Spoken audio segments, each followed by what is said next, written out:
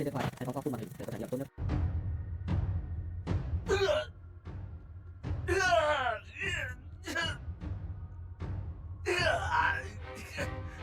Đại ca, người mang về rồi.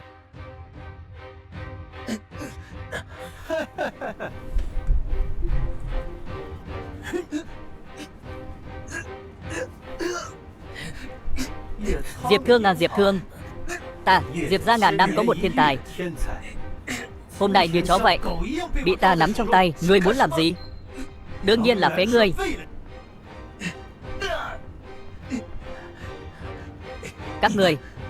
Các người tại sao? Một người là huynh đệ của ta, một người là vị hôn thê của ta. Các người lại liên thủ hãm hại ta. Tại sao? Còn không phải vì ngươi không xứng làm thế tử Diệp gia. Ta sớm đã nói với ngươi rồi, bảo ngươi đem hỗn độn chung Diệp gia cho ta, nhưng ngươi không chịu. Vậy ta chỉ có thể tìm Diệp Thần. Chỉ cần ta giúp Diệp Thần trở thành thế tử, hắn sẽ đem hỗn độn chung cho ta. Mà ngươi chính là trở ngại lớn nhất trên đường của chúng ta. Ngươi đáng chết ở đây. Diệp Thần, ngươi lại cấu kết Trần gia, nhòm ngó hỗn độn chung của gia tộc. Ngươi có biết hỗn độn chung chính là truyền thế thần binh của Diệp gia thì sao? Ngươi thành thế tử, hỗn độn chung cùng ta không có nửa xu quan hệ. Đã như vậy, vậy không bằng ta lợi dụng một chút. Hơn nữa, đợi sau khi ta trở thành thế tử, vị hôn thê của ngươi, cô ta cũng là của ta. Đến lúc đó ta nắm trong tay Trần gia, Diệp gia, hai đại gia tộc, một cái hỗn độn chung thì tính là gì? Nói với phế nhân này những thứ này làm gì? Dù sao căn cơ của hắn đã hủy rồi, cứ để hắn chết ở đây đi. Ý hay đấy.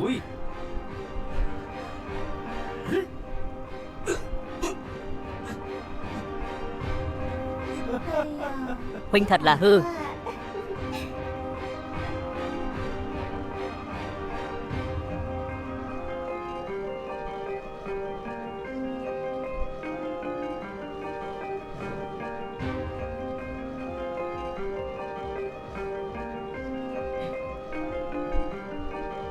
Cửu thiên tề minh, lôi long độ thể. Quý vị đang xem trên kênh YouTube Kịch Ngắn Review. Lôi long cửu đạo. Thần Vương đây là muốn đột phá thiên cảnh, vào hàng tiên nhân rồi. Thần Vương một khi bước vào hàng tiên nhân, thế gian này nhất định sẽ có thêm một vị hồng trần kiếm tiên. Thần Vương điện ta ở trong linh cảnh đại lục này nhất định có thể trở thành truyền thế tông môn. Hôm nay ta, Diệp Thương, một kiếm khai thiên môn, vì thế gian này chém ra con đường thành tiên, chém ra thế giới hoàn mỹ. Một kiếm này vì thiên địa lập tâm, vì sinh dân lập mệnh, vì vãng thánh kế tuyệt học, vì vạn thế khai thái bình. Kiếm đến.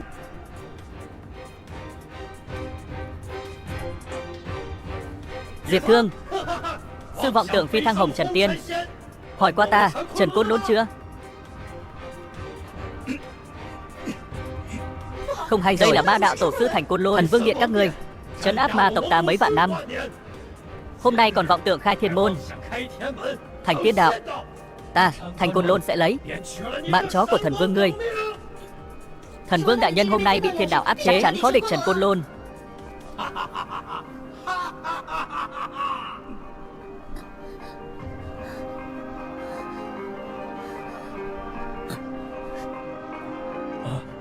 Hôm nay, Thần Vương điện ta, điện chủ Diệp Thương sẽ hiến tế vạn năm tu vi, phong ấn ma đạo tổ sư Trần Côn Lôn này tại đỉnh Côn Lôn. Đợi đến khi hỗn độn chung vàng 9 tiếng, Cửu Long lôi kiếp cùng động, chính là ngày ta trở lại. Không.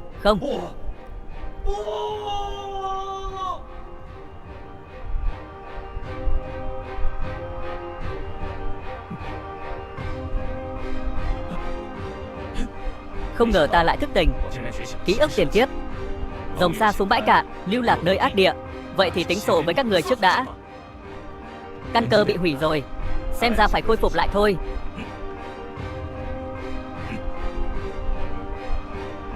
Thân thể ta yếu đuối thế này, muốn khôi phục thực lực trước kia vẫn cần hỗn độn chung mới được. Hấp thụ cái hộp trời đất này trước, cứu lấy căn cơ, khôi phục một thành thực lực đã. Kim đan đại thành, sơ quy tiên đạo. Công chúa, bọn họ sắp đuổi kịp rồi.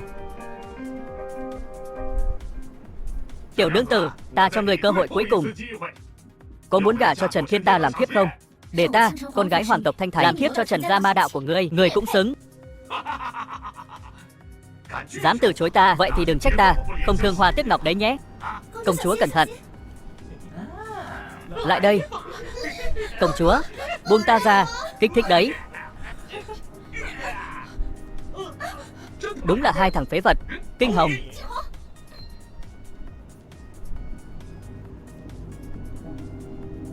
Công chúa, người sao vậy? Công chúa, mau chạy đi. Muốn chạy? Vạn Tiễn xuyên tâm.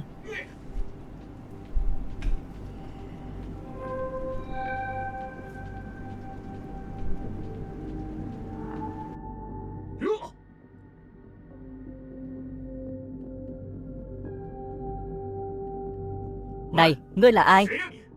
Lo chuyện bao đồng à? Muốn chết à? Ma đạo khí tức. Chẳng lẽ là hậu nhân của Trần Côn Lôn? Chỉ bằng ngươi còn chưa xứng biết tên ta. Kiêu ngạo vậy à? Nhưng ta mặc kệ ngươi là ai, dám quản chuyện tốt của Trần Thiên ta, vậy thì chỉ có chết. Giờ ta sẽ tiến mấy người lên chầu trời. Hôm nay ta sẽ cho ngươi thấy thế nào là kinh hồng nhất kiếm thực sự. Kiếm đến. Ngươi lại biết kinh hồng kiếm. Trên trời kiếm tiền 3 triệu, gặp ta cũng phải cúi đầu. Kinh hồng, ma khí bình chướng.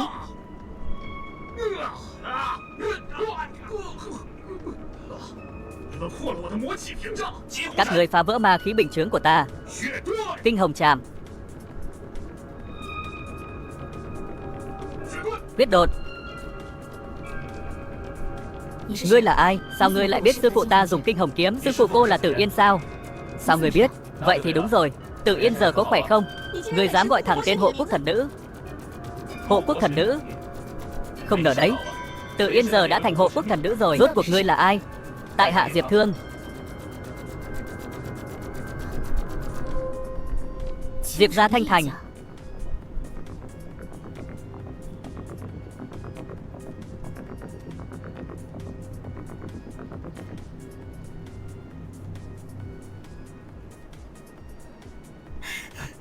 Sao rồi, tìm thấy chưa? Chưa, lật tung cả Thanh Thành rồi. Vẫn không tìm thấy. Sao có thể? Một người sống sờ sờ sao lại biến mất được? Có lẽ là Diệp Thương đó tự biết không thể so với con ta để tranh đoạt vị thế tử, nên trốn tránh không ra. Để đến lúc tranh đoạt vị thế tử khỏi mất mặt. Người nói bậy. Ca ca ta sẽ không trốn tránh. Chắc chắn huynh ấy sẽ đến. Thật sao? Vậy ta phải xem hôm nay hắn có dám đến không. Nếu không hoàn thành kiểm tra tư chất thì vị thế tử hắn sẽ không có tư cách tham gia.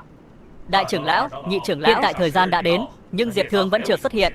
Xin hai vị trưởng lão tuyên bố kết quả kiểm tra, để tránh các thế gia khác ở Thanh Thành nói Diệp gia ta không có quy củ. Cũng phải.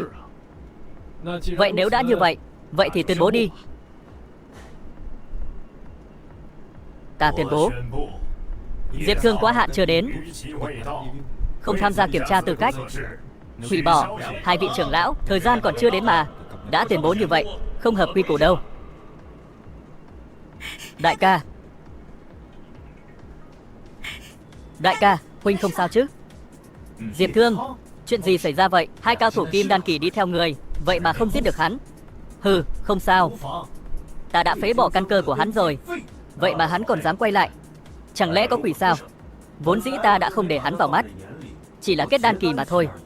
Ta đã sớm bán bộ kim đan. Dù hắn có quay lại, ta cũng có trăm phương ngàn kế giết hắn.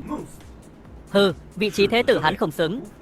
Hơn nữa, kiểm tra tư chất hôm nay, hắn có thể thông qua hay không còn chưa biết. Thương Nhi, chuyện gì vậy? Con hình như bị thương. Chẳng lẽ có người đã ra tay với con? Đúng vậy cháu trai. Hiện tại bầu cử thế tử sắp đến. Nếu có người ra tay với cháu, cháu nhất định phải nói ra đó. Ta, Diệp Thanh Hải tuyệt đối sẽ không tha cho hắn đâu. Được rồi, đã về rồi thì bắt đầu kiểm tra tư chất đi.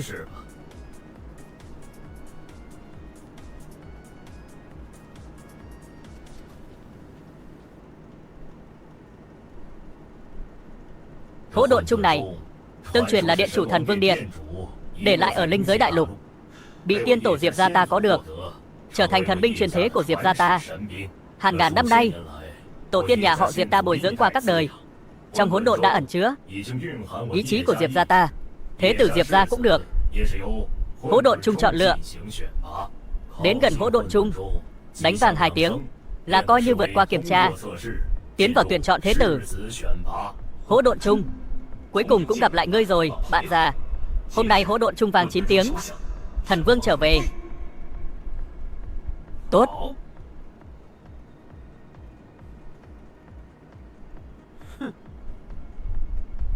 Diệp Thương, dù có trở về thì sao? Với tư chất của ngươi, căn bản không có tư cách tranh giành với ta. Ta cho ngươi xem cho kỹ sự khác biệt giữa ngươi và ta. Tư chất của Diệp Thành công tử mọi người đều thấy rõ. 10 tuổi đã tiến vào luyện khí kỳ, 15 tuổi đã tiến vào trúc cơ kỳ, giờ đã là cường giả bán bộ kim đan rồi. Nếu ta đoán không sai, Diệp Thành công tử nhất định có thể đánh vàng hỗn độn chung 5 lần. Gia chủ tiền nhiệm chỉ đánh vàng 4 lần. Chẳng lẽ thiên phú của Diệp Thành công tử còn lợi hại hơn cả gia chủ tiền nhiệm sao? Đương nhiên rồi, như chúng ta đây, chắc là đến gần hỗn độn chung cũng không làm được.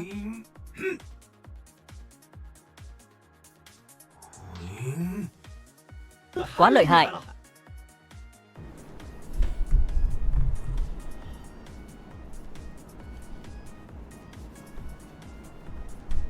Tư chất của thiên chúng 5 tiếng. Diệp Thành công tử thật sự quá lợi hại. Tư chất của Diệp Thành mạnh mẽ như vậy, lại có thể khiến hỗn độn chung vàng liên tiếp 5 tiếng. Đúng vậy, tư chất của Diệp Thành là điều ta chưa từng thấy trong đời. Tuy rằng tiếng thứ 5 có hơi yếu, nhưng tư chất này cũng trên cả chúng ta. Ôi chao, Diệp gia ta đây là sắp có một cường giả thiên tư rồi. Đến lượt ngươi. Tư chất là gì chứ? Tư chất của đại ca ta còn lợi hại hơn. Thật sao? Sao ta thấy tên này nền tảng hình như có vấn đề? Chẳng lẽ nền tảng bị hủy rồi? Đại ca, nền tảng của huynh có vấn đề rồi. Đã nền tảng có vấn đề rồi thì lần kiểm tra này đừng tham gia nữa, để tránh bị thương. Thương nhi, rốt cuộc là chuyện gì vậy? Không sao, không có gì lớn. Đánh vang chuông hỗn độn này dễ như trở bàn tay. Một kẻ mà nền tảng đã bị hủy cũng dám nói đánh vang chuông hỗn độn, thật là chuyện cười. Trần Kiêu Kiêu, Tẩu Tẩu, sao cô có thể nói đại ca ta như vậy? Hôm nay ta đến là để hủy hôn. Trần Kiều Kiều này đến để hủy hôn. Hủy hôn? Vì sao? Đương nhiên là vì cái tên phế vật nhà các người. Giờ đến nền tảng cũng bị hủy rồi. Chẳng lẽ muốn Trần Kiều Kiều ta đi theo một tên phế vật sao? Trần Kiều Kiều ta muốn gả là thế tử Diệp gia, chứ không phải phế vật Diệp gia. Nhị vị trưởng lão, Trần gia ở Thanh Thành cũng xem như đại gia tộc. Nếu có thể liên hôn với họ, chắc chắn sẽ cho Diệp gia chúng ta như gấm thêm hoa. Nếu nhị vị trưởng lão đồng ý, đợi ta trở thành thế tử, ta nguyện ý liên hôn với Trần Kiều Kiều. Diệp Thành, ngươi có ý gì? Đương nhiên là vì Diệp gia chúng ta. Nếu tài nguyên tu luyện của Trần gia cung cấp cho Diệp gia chúng ta, chắc chắn sẽ sinh ra càng nhiều cường giả. Ai ra, có gì không tốt chứ? Diệp gia và Trần gia chúng ta liên hôn, còn cần phải để ý đến cảm nhận của một phế nhân sao? Ta đồng ý rồi đó.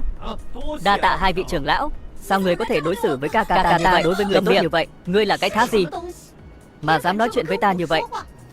Ngươi dám đánh muội muội ta, ngươi có phải muốn chết không? Ngươi có phải muốn chết không? Sao, còn muốn động thủ? Đến đây, ta muốn xem. Tên phế vật ngươi, còn lại bao nhiêu bản lĩnh? Động thủ. Chỉ bằng loại hàng như ngươi, còn không xứng. Ngươi muốn chết. Thôi, với loại phế nhân này không cần so đo gì. Hắn chỉ là một phế vật bị hủy căn cơ. Với chúng ta không phải người cùng một thế giới. Vậy thì thế này đi, chúng ta đánh cược đi. Ta không nghe lầm chứ? Ngươi muốn cược gì? Cược ta có thể thông qua bài kiểm tra của thế tử không? Nếu ta có thể thông qua bài kiểm tra, ngươi và Trần Kiều Kiều quỳ xuống dập đầu xin lỗi muội muội ta. Chuyện này còn cần đánh cược sao? Chỉ với tư chất phế vật của ngươi còn muốn dung chuông hỗn độn? Ca ta không phải phế vật. Thật sao? Căn cơ bị tổn hại, ngay cả chuông hỗn độn cũng không thể tiếp cận. Diệp Thương, người suy nghĩ kỹ rồi chứ? Để các thế gia khác ở Thanh Thành biết, thế tử dự bị của Diệp gia ngay cả chuông hỗn độn cũng không thể tiếp cận. Diệp gia ở Thanh Thành sợ rằng cũng không ngẩng đầu lên được nữa đâu. Diệp Thương, căn cơ của người đã hủy. Cho dù có đi so tài với Diệp Thành, vậy cũng nhất định thua Diệp Thành thôi. Theo ta thấy thì bài kiểm tra này bỏ đi, để lại cho mình chút mặt mũi đi. Cũng được. Vậy ta tuyên bố kết quả kiểm tra. Khoan đã, nhị vị trưởng lão, ta còn chưa tiến hành kiểm tra mà. Các người đã đưa ra kết quả, có phải là không công bằng không? Diệp Thương, ngươi đây là đang nghi ngờ quyết định của chúng ta sao? Ngươi căn cơ đã hủy trước bao nhiêu người thế này, Nếu ngươi ngay cả hỗn độn chung cũng không thể đến gần, mất mặt ngươi thì thôi đi. Ngươi còn muốn làm mất mặt Diệp gia chúng ta sao? Ta tuyệt đối không đồng ý. Vì ngươi mà khiến Diệp gia chúng ta mất mặt. Ta nói làm người, vẫn là nên tự biết mình. Đại ca căn cơ bị hủy, ta cũng rất đau lòng. Nhưng nếu ngươi làm Diệp gia mất mặt, vậy là ngươi sai rồi. Đúng vậy, Diệp gia là đệ nhất thế gia Thanh Thành. Nếu chưa bị thế tử ngay cả thần binh truyền thế của mình cũng không thể đến gần, chuyện này mà truyền ra ngoài, chẳng phải là trò cười sao? Sợ là sẽ trở thành trò cười cho cả Thanh Thành đấy. Vậy là ngươi không dám sao? Được, nếu ngươi muốn chơi, ta chơi với ngươi. Nhưng ngươi căn cơ đã hủy, thua rồi đừng nói ta thắng không quang minh, không cần ngươi lo. Đã là cá cược, thì phải có chút tiền cược chứ nhỉ? Nếu ta thua, ta sẽ tặng ngươi viên thủy tinh kỳ lân này. Lời này là thật chứ? Sao có thể được? Thủy tinh kỳ lân là cha liều mạng tìm được từ kỳ lân sơn mạch đấy, để giúp huynh tẩy tùy đổi cốt. Với cái phế vật căn cơ của hắn, cũng xứng dùng kỳ lân thủy tinh tẩy tùy đổi cốt sao? Không được, ta không đồng ý. Đã cực là Diệp Thương đề xuất, vậy cứ làm như vậy đi, ta đến làm chứng cho hắn. Được, ta phải xem. Tên phế vật người, rốt cuộc còn bao nhiêu bản lĩnh? Kỳ lân thủy tinh này ta nhất định phải có.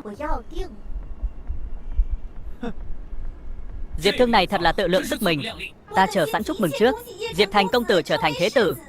Chư vị cứ yên tâm, nếu ta trở thành thế tử, nhất định dẫn dắt Diệp gia trở thành đệ nhất thế gia Thanh Thành. Đại ca, huynh làm gì phải cược với hắn chứ? Yên tâm đi, mau chóng kiểm tra đi. Ta đã không chờ được. Hấp thu viên thủy tinh của ngươi rồi. Vậy thì mở to mắt ngươi ra mà nhìn cho kỹ. Cái gì? Diệp Thương căn cơ đã hủy, vậy mà có thể đến gần hỗn độn chung. Nhìn bộ dạng của tên này, hỗn độn chung dường như không hề có bài xích gì cả. Chuyện này không thể nào. Đến gần thì có ích gì? Có gõ được hay không còn phải xem lại.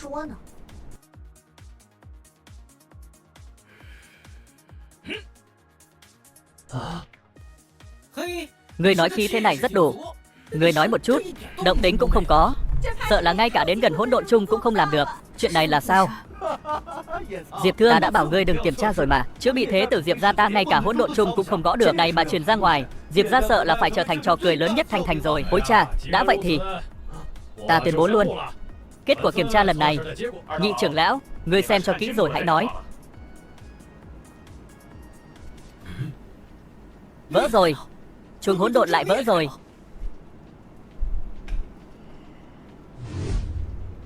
Sao có thể như vậy? Sao chuông hỗn độn lại thành ra thế này? Ôi trời, lại còn đứt ra nữa. Không thể nào. Căn cơ bị phế rồi, sao có thể? Còn gõ chuông hỗn độn kiểu gì? Chuông hỗn độn vang thì sao?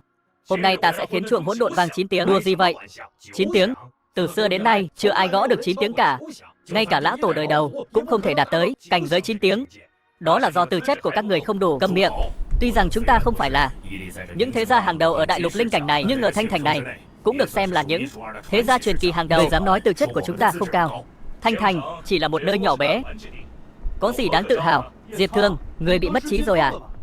Chỉ bằng ngươi, một phế vật căn cơ bị hủy, còn muốn chuông hỗn độn vang 9 tiếng. Chuông hỗn độn có thể lột xác, là công lao của Diệp Thành. Ngươi chỉ là chiếm tiện nghi của Diệp Thành mà thôi. Thật sự nghĩ rằng dựa vào phế vật như ngươi có thể khiến chuông hỗn độn vang 9 tiếng? Ta đã bảo rồi mà. Ra là vậy. Một người bị hủy hoại căn cơ, làm sao có thể khiến hỗn độn chung dị biến đến vậy? Đúng vậy, chỉ có Diệp Thành, công tử thiên tư người như vậy mới có thể khiến hỗn độn chung phai mở vết tích. Diệp Thương chỉ là chiếm tiện nghi thôi mà. Hôm nay ta sẽ cho các người thấy hỗn độn chung vang 9 tiếng như thế nào. Ngươi si tâm vọng tưởng, chiếm tiện nghi của Diệp Trần, vừa vặn gõ một tiếng hỗn độn chung mà đã mạnh đến vậy. Diệp gia ta có người như ngươi, thật là mất mặt. Nhị trưởng lão, ngươi thiên vị hắn như vậy, chẳng lẽ đã nhận lợi lộc của hắn? Ngươi nói bậy bạ gì vậy? Diệp Thành là thiên tài của Diệp gia ta. Ngươi không xem trọng hắn thì thôi, ngươi còn sỉ nhục hắn. Ta không xem trọng Diệp Trần, chẳng lẽ phải xem trọng phế vật như ngươi sao? Các người cứ nói căn cơ bị phế. Căn cơ của ta bị phế như thế nào? Chẳng lẽ các người không rõ sao? Cái này rốt cuộc là chuyện gì? Chuyện gì là chuyện gì? Tất cả đều là do tên này ăn nói bậy bạ. Căn cơ bị hủy, hắn chỉ là vu oan người khác mà thôi. Có phải vu oan hay không, lát nữa người sẽ biết. Hôm nay ta sẽ cho các người một chuyện. Ao tù không nhốt được rồng. Du Long hôm nay tỉnh giấc, nhất định sẽ chấn động Cửu Châu.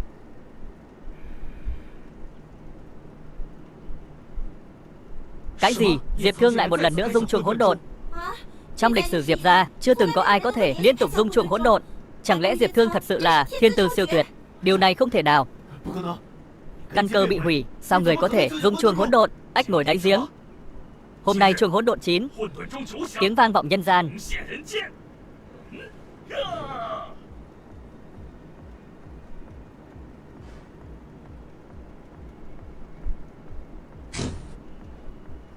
Chuông hỗn độn 7 tiếng, phong vân dũng động. Chuông hỗn độn 8 tiếng, thiên địa biến sắc. Xem trên kênh YouTube Kịch Chuông hỗn độn 9 tiếng, Cửu Long Tề Minh. Thư giãn. Nếu thấy hay hãy ủng hộ kênh bằng cách nhấn like và đăng ký kênh để cập nhật các video mới nhất. Hắn lại hấp thụ 9 đạo lôi long trong chuông hỗn độn. Không thể nào, không thể nào.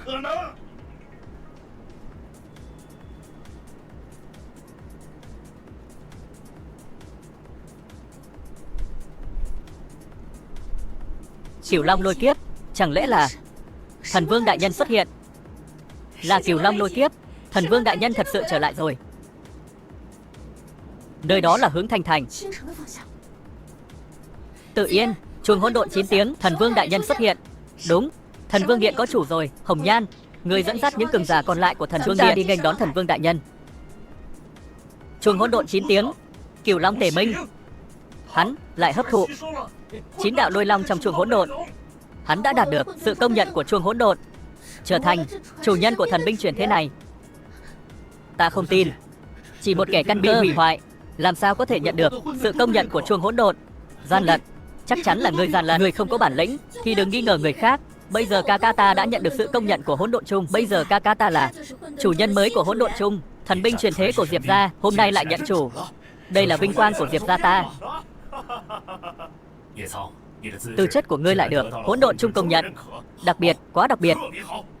Ta tuyên bố, Diệp Thương chính là thế tử mới của Diệp gia ta. Ta phản đối. Sao? Các ngươi còn có ý kiến gì? Tư chất của Diệp Thương đã được hỗn độn chung công nhận, sao lại không thể trở thành thế tử mới của Diệp gia? Vị trí thế tử từ trước đến nay do các thế tử dự bị tuyển chọn. Chưa từng nghe nói được hỗn độn chung công nhận là có thể trở thành thế tử đại trưởng lão. Như vậy không phù hợp quy củ, sợ rằng khó mà phục chúng. Đúng vậy, nói không chừng thần lực hỗn độn chung hao tổn, đã không còn uy danh như xưa, nên mới để hắn nhặt được món hời. Không sai, hỗn độn chung Cửu Hường thì sao? Người vẫn chỉ là một kẻ vô dụng mất gốc. Muốn trở thành thế tử thì phải thể hiện thực lực, đường đường chính chính đánh một trận. Hôm nay ngươi và ta quyết chiến. Diệp Trần, căn cơ của Diệp Thương đã bị hủy, cảnh giới hiện tại chưa vững chắc. Chẳng lẽ người muốn thừa lúc người ta gặp khó khăn sao? Cái gì gọi là thừa lúc người ta gặp khó khăn chứ? Thế tử chi chiến từ trước đến nay là sau khi kiểm tra tư cách, Diệp Thương đã hoàn thành kiểm tra. Vậy thì thế tử chi chiến là hợp tình hợp lý. Hơn nữa, căn cơ của Diệp Thương bị hủy là do hắn không may. Dù là như vậy cũng không thể ảnh hưởng đến thế tử chi chiến. Nếu đợi đến khi Diệp Thương khôi phục căn cơ thì phải đợi đến bao giờ? Diệp Trần nói đúng. Diệp Thương đã thông qua kiểm tra thế tử, vậy thì để hắn tham gia thế tử chi chiến có gì không tốt chứ? Thế tử chi chiến sao? Được, ta đồng ý. Đại ca, nhất định đừng trúng kế khích tướng của hắn. Không sao, ta tự có chừng mực. Nhưng trước đó các người có phải nên thực hiện lời hứa trước đã chứ? Quỳ xuống xin lỗi muội muội ta. Ta là trưởng nữ của Trần gia, muốn ta quỳ xuống xin lỗi con tiện nhân này? Không thể nào. Ý ngươi là không thực hiện lời hứa sao? Không thực hiện thì sao? Tốt lắm. Nếu đã như vậy thì mọi người giải tán đi. Thế tử chi chiến tùy thuộc vào tâm trạng của ta. Ta sẽ đồng ý với người sau. Hỗn độn chung ở trong tay ta. Ta chờ được. Tiểu tử này hiện tại căn cơ không vững, giết chết hắn, ta vẫn là thế tử Diệp gia. Nếu đợi hắn khôi phục căn cơ, đến lúc đó thì phiền phức lớn. Ý của ngươi là gì? Ta là trưởng nữ của Trần gia, dù là hoàng tộc đều phải nhường 3 phần. Cô còn muốn chuông hỗn độn không? Ta không thành thế tử được. Ai cho cô chuông hỗn độn? Được, ta quỳ xuống cho cô ta. Qua đây. Đại ca, vậy như vậy không tốt đâu. Có gì không tốt? Họ làm vậy phải trả giá là đáng.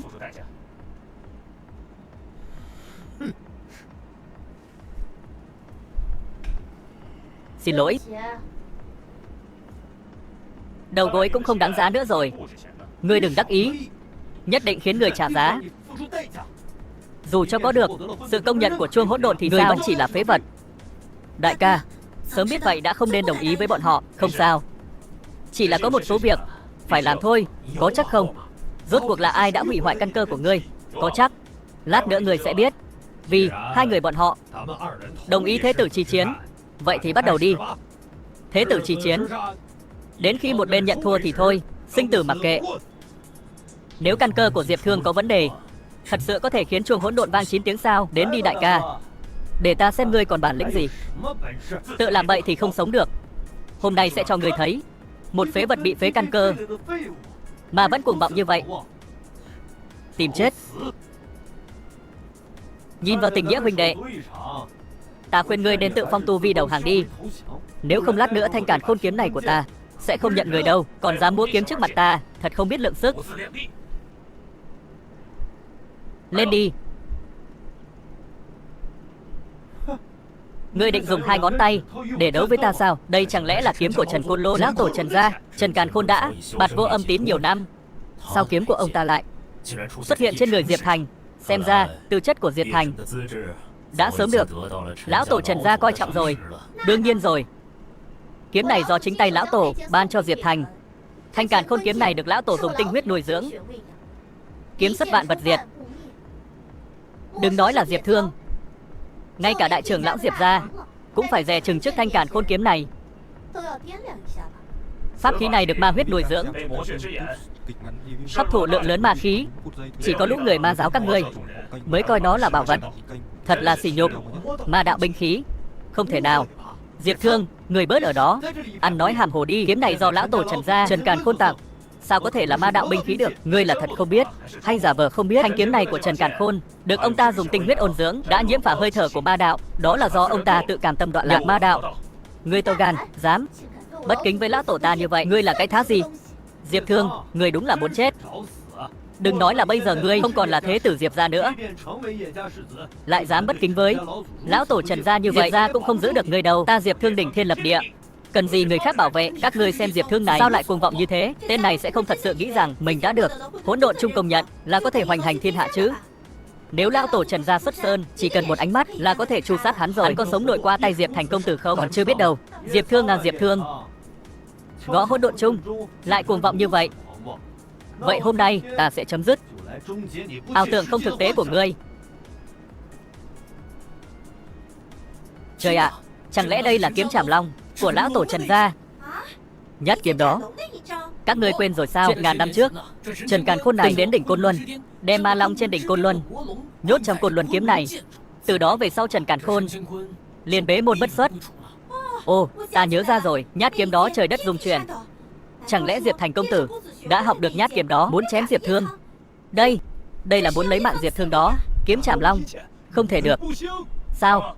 Ngươi muốn cản trở thế tử chi chiến sao? Ngươi có biết hậu quả của việc này không? Thế tử chi chiến một khi bắt đầu, bất kỳ ai cũng không được cản trở, nếu không tất sát. Cha ơi, phải làm sao đây? Đại ca chắc chắn không đỡ nổi kiếm đó. Một khi cuộc chiến thế tử bắt đầu, không ai có thể ngăn cản. Diệp Thương, dù ngươi bây giờ quỳ xuống xin tha, ta cũng không nương tay. Một kiếm xuống, thế gian không còn Diệp Thương.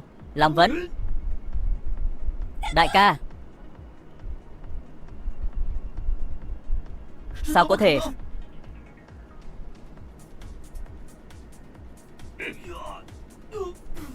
Đại ca lại dùng hai tay đỡ được đòn long vẫn của Càn Khôn kiếm. Sao có thể? Hắn chỉ là phế nhân. Đây là thanh kiếm, ngay cả rồng cũng chém được. Vậy mà không chém được hắn, không thể nào. Dám dùng kiếm trước mặt Hồng Trần kiếm tiên ta, thật nực cười. Trên trời kiếm tiền 3 triệu, gặp ta cũng phải cúi đầu. Ngươi là cái thá gì? Hắn lại dùng hai ngón tay bắn gãy Càn Khôn kiếm. Cái gì? Diệp Thương dùng hai ngón tay bẻ gãy Càn Khôn kiếm. Thanh kiếm này là kiếm chém rồng đó. Không thể nào. Hắn chỉ là phế nhân. Đây là Càn Khôn kiếm chém long, vậy mà không chém được hắn. Tốt, Diệp Thương quả nhiên bất phàm. Ta biết ngay mà, đại ca ta chắc chắn lợi hại. Thần chủ đại nhân, ngài đã trở lại. Vất vả rồi, bị phong ấn bao nhiêu năm, hôm nay ta trở lại, nhất định chém chết Trần Côn Lôn và đám ma đạo kia. Đó là hồn phách của thần long, bị phong ấn trong Càn Khôn kiếm. Hồn phách của thần long lại chủ động tiến vào trong người Thương Nhi. Chẳng lẽ thần long kia cũng nhận đại ca ta làm chủ nhân rồi sao? Không thể nào. Tên này sao lại lợi hại như vậy? Rõ ràng đã bị phế căn cơ rồi mà. Chỉ bằng các ngươi còn chưa đủ tư cách. Diệp Thương, ngươi lại muốn làm gì? Không hay rồi, hắn muốn phế căn cơ của Thành Nhi. Thứ tử, ngươi dám? Diệp Thương, không ngờ ngươi lại độc ác như vậy. Độc ác? Trần Kiều Kiều và Diệp Thành phế căn cơ của ta, muốn giết ta. Hôm nay lại để Càn Khôn kiếm làm ta bị thương. Hắn không độc ác sao? Ta độc ác. Vừa rồi tại sao không ra mặt ngăn cản? Bây giờ lại đóng vai người tốt. Ngươi là cái thá gì? Vô lễ, muốn chết. Trưởng lão, dừng tay, mau trở về. Nếu không ta sẽ ra tay trói ngươi lại ngay, tước bỏ vị trí trưởng lão của ngươi. Muộn rồi. Hắn lại hủy căn cơ của Diệp Thành rồi. Diệp Thương, ngươi lại hủy căn cơ của Diệp Thành. Lão tử giết người. Nhị trưởng lão, ngươi làm gì vậy? Người này tính tình độc ác, tuyệt đối không thể giữ lại, trở thành thế tử của Diệp gia chúng ta. Mấy chục năm căn cơ của Diệp gia chúng ta ngàn này. Tính tình độc ác. Khi hắn muốn giết ta, người không ra ngăn cản. Bây giờ ta muốn phế hắn, ngươi lại ngăn cản ta. Ta tính tình độc ác. Nhị trưởng lão, ngươi thật không biết xấu hổ.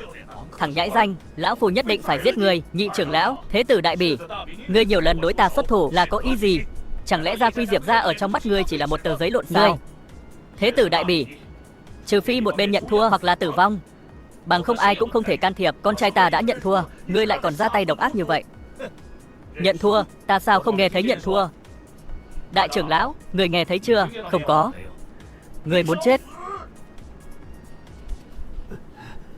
Diệp Thương, ngươi hủy hoại căn cơ của ta, cướp vị trí thế tử của ta. Mối thù này ta nhất định báo. Hôm nay ta nói thẳng ở đây, không thành thế tử được, cả Diệp gia cũng không cần thiết tồn tại nữa. Diệp Thành, ngươi nói vậy là có ý gì? Ý của ta là hiến tế huyết nhục của ta, thình một tia thần thức của lão tổ Trần gia, lại có thể triệu hồi thần thức của lão tổ Trần gia. Cái gì? Hắn lại triệu hồi một tia thần thức của lão tổ Trần gia? Đây chính là cảnh giới bán bộ tiên nhân đó. Cường giả cấp bậc này, cho dù chỉ là một tia thần thức giáng xuống cũng đủ để cả Diệp gia sụp đổ rồi. Ta thấy thần thức này xuất hiện, ngay cả đại trưởng lão cũng không phải đối thủ. Lần này không ai bảo vệ được Diệp Thương nữa rồi. Diệp Thương, ngươi tưởng rằng ngươi hủy hoại căn cơ của ta chỉ thế mà đánh bại được ta sao? Ta đã sớm bái Trần gia lão tổ làm sư phụ, thân thể đã không còn là phàm thai. Lan thần thức này chính là Trần gia lão tổ cho ta hộ thân pháp quyết. Đừng nói là kiếp đan kỳ, cho dù là độ kiếp kỳ, trước thần thức của Trần gia lão tổ cũng không đáng là gì. Thân thế của Trần gia lão tổ này sao lại có vẻ tràn đầy ma khí nồng đậm vậy? Ta đã sớm nói rồi, Trần Càn Khôn đã rơi vào ma đạo. Hắn và Trần Càn Khôn cầu kết cũng đã rơi vào ma đạo. Diệp Thành, rốt cuộc là chuyện gì vậy? Không sai, ta đã sớm theo Trần gia lão tổ nhập ma đạo.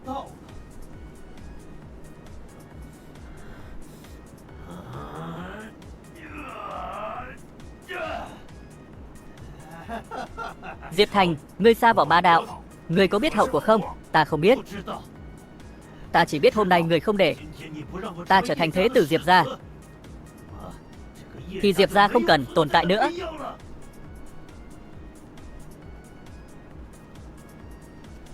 Thần thức của Trần gia lão tổ nhập vào của nhiên lợi hại. Đại trưởng lão độ kiếp kỳ cũng không phải là đối thủ của ta.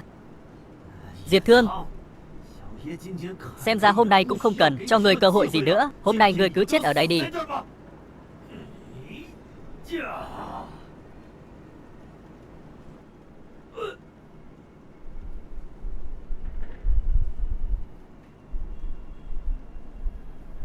Ai dám động vào người đàn ông của Tần Lan Nhi ta? Muốn chết? Sao lại là cô? Ta đến đây đương nhiên là tìm ngươi. Đồ của ngươi rơi này. Cô là cô ý đến đưa đồ cho ta? Đương nhiên không phải. Ta đến đây để cưới ngươi. Đây không phải là trưởng nữ Thanh Thành Tần Lan Nhi sao? Tần Lan Nhi, nơi này không thích hợp yêu đương. Cút này. Ngươi là cái thá gì dám nói chuyện với ta như vậy? Tần Lan Nhi, cô không gả cho đại ca, lại muốn gả cho tên phế vật này. Rác rưởi ta không cần, đó là do người có mắt như mù. Bản lĩnh của Diệp Thương không biết cao hơn Trần gia ma đạo các ngươi bao nhiêu lần. Diệp Thương có thể đánh vang 9 tiếng chuồng hỗn độn, đúng là rất lợi hại, nhưng so với Diệp Thành còn kém xa. Diệp Thương, ta đã có được ma đạo truyền thừa của lão tổ Trần gia. Dù ngươi có đánh vang chuồng hỗn độn, dù cho nắm giữ chuồng hỗn độn, trước mặt ta cũng chỉ là rác rưởi. Thật sao? Thật không khéo. Ta thật sự đã nắm giữ chuồng hỗn độn rồi. Chuồng hỗn độn, hắn ta lại có thể điều khiển chuồng hỗn độn. Giết hắn. Chết đi.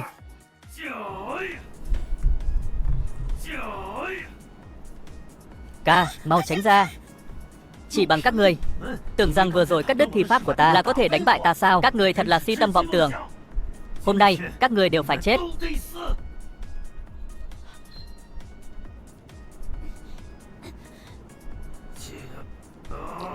Ngươi muốn làm gì? Chẳng lẽ ngươi muốn đối đầu với hoàng tộc Thanh Thành sao? Thì sao? Người khác sợ hoàng gia các ngươi, Trần gia ta không sợ. Hôm nay kẻ nào cản trở ta đều phải chết.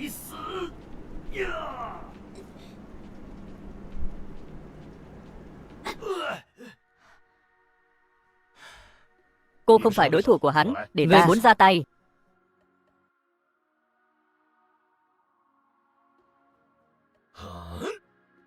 Thương Nhi, đừng kích động. Hắn có thần thức của Trần gia lão tổ. Ngươi vẫn còn là kết đan kỳ à? Ca, huynh mau đi đi. Không sao, hắn chỉ là kẻ tiểu nhân đạt được ma đạo truyền thừa, ta không để vào mắt.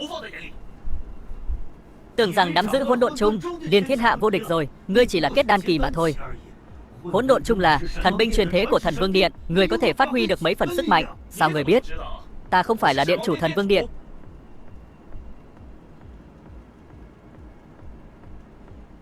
Ngươi sẽ không cho rằng nắm giữ hỗn độn chung là có thể trở thành điện chủ Thần Vương Điện chứ? Ta chưa từng nghe thấy câu chuyện cười nào buồn cười như vậy. Đại ca, đây là đứa con trai ngoan của ngươi sao? Cuồng vọng tự đại, lại dám nói mình là Thần Vương Điện chủ. Thật là nực cười. Người ta kỵ nhất là không biết mình là ai. Ngươi cũng chỉ có vậy thôi. Điện chủ Thần Vương Điện. Không thể nào. Điện chủ Thần Vương Điện phải không?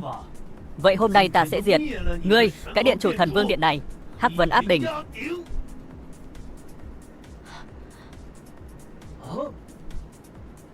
Cho trẻ con.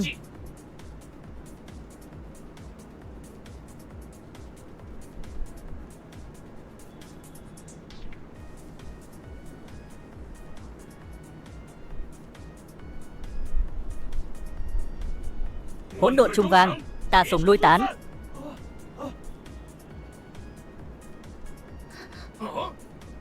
Thần thức của lão tổ lại bị đánh tan rồi. Vẫn chưa kết thúc đâu. Phong. Sao có thể? Cái này sao có thể? Diệp Thương lại có thể thúc đẩy hỗn độn chung vây khốn Diệp Thành.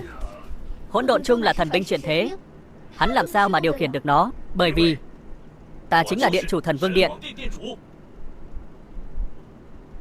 Trời ạ, Diệp Thương này lại có thể thúc đẩy được hỗn độn chung, nhốt Diệp Thành vào trong chuông. Ngươi thật sự là điện chủ Thần Vương Điện trong truyền thuyết. Không sai, đại ca ta từ khi nào trở thành điện chủ Thần Vương Điện vậy? Ta không biết gì cả. Thật sự cho rằng ngươi nắm giữ hỗn độn chung liền vô địch thiên hạ rồi sao? Kết đan kỳ chính là kết đan kỳ. Trước mặt độ kiếp kỳ ta thì chẳng là gì cả. Thả Diệp Thành ra cho ta. Nếu không ta sẽ diệt ngươi. Chỉ bằng ngươi cũng xứng để ta ra tay sao? Được. Diệp Thương, ngươi sẽ phải trả giá cho sự cuồng vọng tự đại của mình.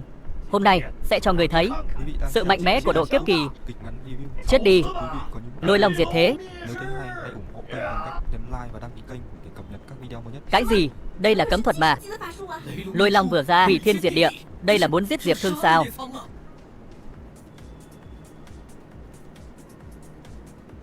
Khí tức thật mạnh mẽ, có thể chặt đứt Lôi Long diệt thế của ta. Đó là cảnh giới bán tiên. Gan lớn thật, dám hủy thần thức của ta. Muốn chết sao? Lão tổ. Trần gia lão tổ. Trần Càn Khôn. Trần gia lão tổ. Trần gia lão tổ lại xuất sơn rồi. Trần gia lão tổ bế quan nhiều năm, đột phá tiên nhân chi cảnh. Hôm nay xuất sơn chắc hẳn đã đột phá thành Hồng Trần Tiên trong truyền thuyết rồi. Trần gia lão tổ này từ trước đến nay cưng chiều Trần Kiều Kiều. Nếu Trần Kiều Kiều mở miệng, ông ta chắc chắn diệt Diệp Thương. Kiều Kiều, sao con lại ở đây? Lão tổ, con đến đây là để từ hôn với tên phế vật này. Kết quả hắn không chịu, còn đem Diệp Thành giam trong hỗn độn chung. Hắn còn bắt con quỳ xuống trước hắn. Lão tổ, người phải làm chủ cho con. Người này lại có thể thôi động hỗn độn chung. Thì ra là tiểu tử ngươi. Ngươi quen người này. Lão tổ, đây chính là người mà trước kia con nói với ngươi đã dùng kinh hồng nhất kiếm phá vỡ phòng ngự của con đó. Vậy mà ngay cả phòng ngự của ngươi cũng có thể phá được. Người này cũng thật có bản lĩnh. Khí tức trên người này thật quen thuộc. Trần lão tổ, ngài mau cứu con ta đi. Con ta bị nhốt trong cái hỗn độn chung đó, không biết sống chết, ta rất lo lắng. Hỗn độn chung lại mất đi vẻ loang lổ. Chuyện này ai làm? Ai làm? Chính là hắn. Có thể khiến hỗn độn chung mất đi vẻ loang lổ. Lẽ nào hắn có quan hệ với điện chủ Thần Vương Điện? Tư chất không tệ, lại có thể khiến chuông hỗn độn hiển lộ pháp tướng. Tư chất của người cũng không tệ, chỉ tiếc là đi sai đường. Láo xược, ai cho người lá gan vô lễ với lão tổ của ta như vậy? Gặp lão tổ của ta còn không quỳ xuống, thiên hạ này người có thể khiến ta quỳ xuống còn chưa xuất hiện đâu. Cuồng vọng, trước mặt lão tổ của ta, xem ngươi còn mấy phần bản lĩnh.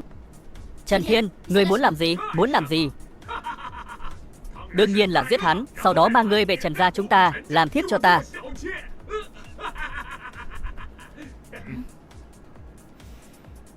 Xem ra giáo huấn lần trước còn chưa đủ. Tiểu tử, lần trước là ta chưa chuẩn bị tốt để ngươi đánh lén thành công, lần này ngươi không có may mắn như vậy đâu. Tiểu xào, lại có thể ngăn được ma khí của ta. Ma đạo tiểu nhân cũng dám cản rỡ. Cuồng vọng, thật sự cho rằng ngươi nắm giữ chuông hỗn độn là coi trời bằng vung rồi sao?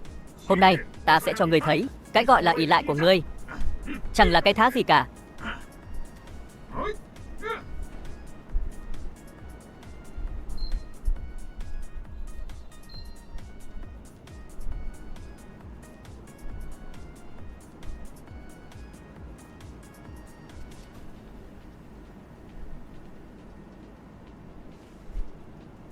Một kiếm lại có thể chém mở phong ấn của chuông hỗn độn.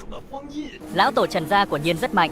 Đây chính là Thần Vương Điện, thần binh chuyển thế. Trần gia lão tổ nhất kiếm lưu lại kiếm ngân trên loạn trung. Thành Nhi, đa tạ lão tổ cứu giúp, ngươi là đồ đệ của ta, cứu ngươi tự nhiên là nên. Diệp Thương, hôm nay ngươi chắc chắn phải chết. Hôm nay lão tổ ở đây, toàn bộ Thanh Thành trong mắt ông ấy đều dễ như trở bàn tay, huống chi là các người. Diệp gia nhỏ bé, Trần Càn Khôn bán tiên chi cảnh, lại có thể một kiếm trẻ đôi phong ấn, thực lực không tệ. Xem ra bế quan những năm này tiến bộ không nhỏ. Thằng nhãi danh cũng xứng nhìn lão phu bằng nửa con mắt. Lão tổ, người này tuyệt đối không thể giữ lại, nhất định phải giết hắn. Diệp Thành, ngươi muốn làm gì? Làm gì? Đương nhiên là diệt Diệp gia các ngươi. Đây là muội muội của phế vật kia sao? Nhìn ngoan ngoãn đấy. Theo ta về nhà làm thiếp thì sao? Tiểu nữ không hiểu quy củ, mạo phạm các hạ, mong các hạ thứ lỗi. Cút mẹ mày đi. Hôm nay để ta hảo hảo dạy dỗ cô ta. Động muội muội ta, tìm chết. Mẹ nó, mày dám đánh ta, đau chết mất. Tốt, hôm nay các ngươi có một tính một, toàn bộ phải chết. Đúng là tìm chết. Đã như vậy, vậy thì giết hết đi. Trần lão tổ, tất cả là do Diệp Thương gây ra, không liên quan đến chúng ta. Trần lão tổ, Diệp Thương còn nhỏ dại, mong Trần lão tổ mở lượng khoan hồng, tha cho Diệp Thương một mạng.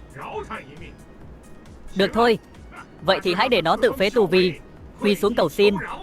Không chỉ quy xuống cầu xin, ta còn muốn muội muội nó làm thiếp cho ta. Nếu không, ta sẽ giết cả Diệp gia các ngươi. Không chỉ quy xuống cầu xin, ta còn muốn muội muội nó làm thiếp cho ta. Nếu không, ta sẽ giết cả Diệp gia các ngươi. Diệp Thương, chẳng lẽ vì ngươi mà khiến Diệp gia chúng ta gặp nạn sao? Sao có thể như vậy? Sao lại không thể? Hy sinh hai đứa trẻ có thể bảo vệ cơ nghiệp hàng ngàn năm của Diệp gia, chẳng lẽ không đáng sao? Đúng vậy. Sư phụ ta cho ngươi cơ hội, ngươi đừng không biết quý trọng. Diệp Thương, đừng đợi đến khi mất đi rồi mới hối hận không kịp. Bây giờ tự phế tu vi, quy xuống dập đầu, có lẽ còn có thể giữ được cái mạng. Nếu không thì đợi lão tổ ta ra tay, ngươi ngay cả cơ hội dập đầu cũng không có. Bây giờ cho các ngươi cơ hội cuối cùng, quy xuống làm thiếp cho ta, có lẽ còn giữ được cái mạng. Nếu không, đợi ta chơi chán rồi giết các ngươi thì không hay đâu. Ngươi nằm mơ à?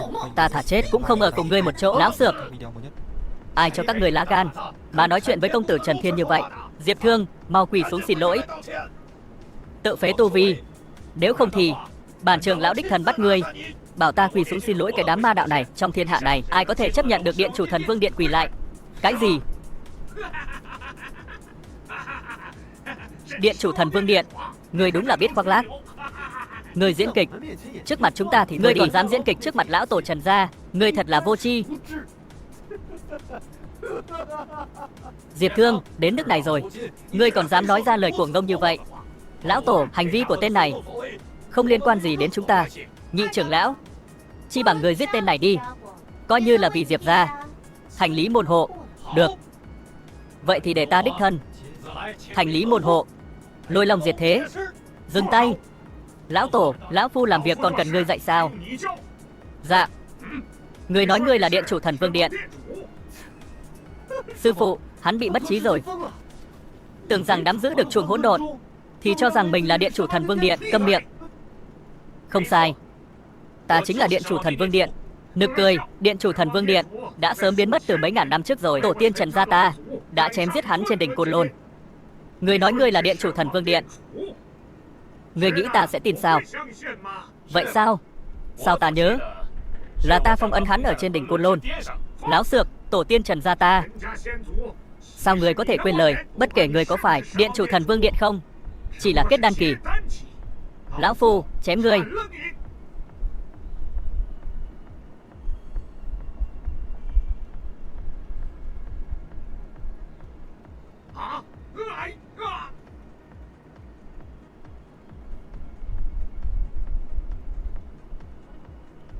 Dám ra tay với điện chủ Thần Vương Điện ta? Trần Càn Khôn, ngươi muốn tìm chết sao? Dám ra tay với điện chủ Thần Vương Điện ta? Trần Càn Khôn, ngươi muốn tìm chết sao? Hộ pháp Thần Vương Điện, Hồng Nhan Tử Yên, hôm nay chuyện Diệp gia ta, chẳng lẽ các người cũng muốn nhúng tay vào sao? Thì sao? Hôm nay chuông hỗn độn vang 9 tiếng, điện chủ Thần Vương Điện ta trở về, chính là ngày diệt môn của Trần gia ngươi. Cuồng vọng, người khác sợ Thần Vương Điện ngươi, ta không sợ. Nếu hôm nay Thần Vương Điện các người muốn nhúng tay, vậy ta tiện tay diệt luôn Thần Vương Điện các ngươi. Kẻ cuồng vọng là ngươi mới đúng, chỉ bằng ngươi cũng muốn diệt Thần Vương Điện chúng ta. Hôm nay điện chủ Thần Vương Điện ta trở về, liền để cho ma đạo Trần gia các người nay về sau xóa tên khỏi thế gian. Người của Thần Vương Điện sao lại đến, cha cũng không biết. Chẳng lẽ Thương Nhi nói thật, hắn thật sự là điện chủ Thần Vương Điện sao? Không thể nào. Thật sự là điện chủ Thần Vương Điện sao? Thần Vương Điện chủ đã sớm mất lạc rồi. Diệp Thương này mới hơn 20 tuổi, sao có thể là điện chủ Thần Vương Điện được? Ách ngồi đáy giếng. Vì sao ta không thể là điện chủ Thần Vương Điện? Hồng Nhan, Tử Yên, các người nói xem, ta có phải là điện chủ Thần Vương Điện không? Tham kiến Thần Vương đại nhân, hắn là điện chủ của Thần Vương Điện, tả hữu hộ pháp Thần Vương Điện, cùng các cường giả Thần Vương Điện, cũng nghênh Thần Vương đại nhân trở về. Đứng lên đi. Tạ Thần Vương đại nhân. Sư phụ, Lan Nhi, sao con lại ở đây? Con đến tìm Diệp Thương, chính là hắn từ trong tay Trần Thiên cứu con. Thì ra là vậy. Sư phụ, hắn thật sự là điện chủ Thần Vương Điện sao? Đúng vậy. Hỗn độn chung 9 tiếng, điện chủ Thần Vương Điện trở về, hắn và điện chủ trông giống nhau như đúc. Hắn chính là điện chủ Thần Vương Điện, là chủ nhân của chúng ta, lại là chủ nhân của sư phụ mình. Vậy con muốn ở bên cạnh hắn, chẳng phải loạn cả tôn ti rồi sao? Nghĩ gì vậy? Không có gì, không thể nào, hắn không thể nào là Thần Vương Điện chủ. Nhị trưởng lão Diệp gia phải không? Ngươi cảm thấy hai vị hộ pháp của Thần Vương Điện chúng ta sẽ nhận lầm sao? Hay là nói hỗn độn chung này sẽ nhận lầm? Nhị trưởng lão Diệp gia, ngươi nhiều lần muốn hãm hại điện chủ Thần Vương Điện ta. Chuyện này ta còn chưa tính sổ với người đấy. Không, không phải ta, là Diệp Thành. Tất cả đều là Diệp Thành sai ta làm. Diệp Thành nói ta để hắn làm Diệp gia thế tử, để hắn làm gia chủ Diệp gia, thì để ta làm vị trí đại trưởng lão. Ta đều nghe theo hắn làm, không liên quan đến ta đâu. Nhị trưởng lão, ông biết ông đang làm gì không? Hãm hại thiên tài nhà mình, ông đáng tội gì? Sợ gì chứ? Hôm nay có lão tổ Trần gia ở đây, dù hắn là điện chủ Thần Vương Điện cũng phải chết. Chuyện hôm nay tuyệt đối không thể bỏ qua. Trần gia và Thần Vương Điện sớm đã có thủ truyền kiếp, chi bằng nhân cơ hội hôm nay tiêu diệt Thần Vương Điện cho sạch. Đúng, hôm nay nhất định không thể tha cho hắn, bất kể hắn có phải là điện chủ Thần Vương Điện thật hay không, vì công lực của hắn chưa hoàn toàn khôi phục, thừa lúc hắn bệnh mà lấy mạng. Đúng vậy lão tổ, hôm nay tuyệt đối không thể bỏ qua cho người này như vậy, nếu không thì hậu quả khó lường. Nói cũng phải, bất kể ngươi có phải là điện chủ Thần Vương Điện thật hay không, ta thà giết nhầm cũng không bỏ qua. Hôm nay tất cả các ngươi đều phải chết ở đây.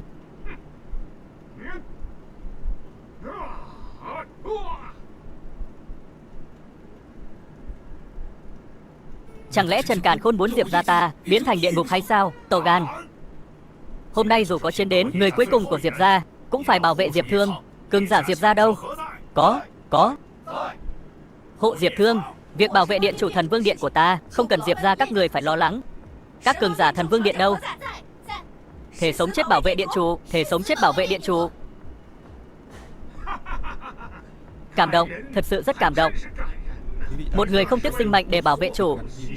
chúc quý vị có những Một người vì thiên tài Diệp gia, hãy ủng hộ kênh bằng cách nguyện ý liều chết một phen. để cập nhật các video mới nhất. Xem ra ta thật sự phải có lỗi với các ngươi rồi. Tình cảm chân thành này. Đã như vậy, vậy thì hôm nay tất cả các ngươi đều phải chết ở đây. Địa ngục Ma Lâm. Kết trận, bát quái trận của Diệp gia.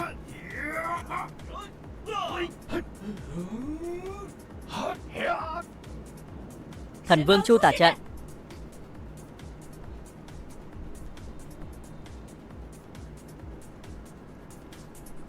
Hừ, chỉ bằng các ngươi cũng muốn cản ta.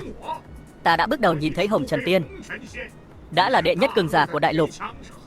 Chân tiên không xuất, ai có thể tranh phong?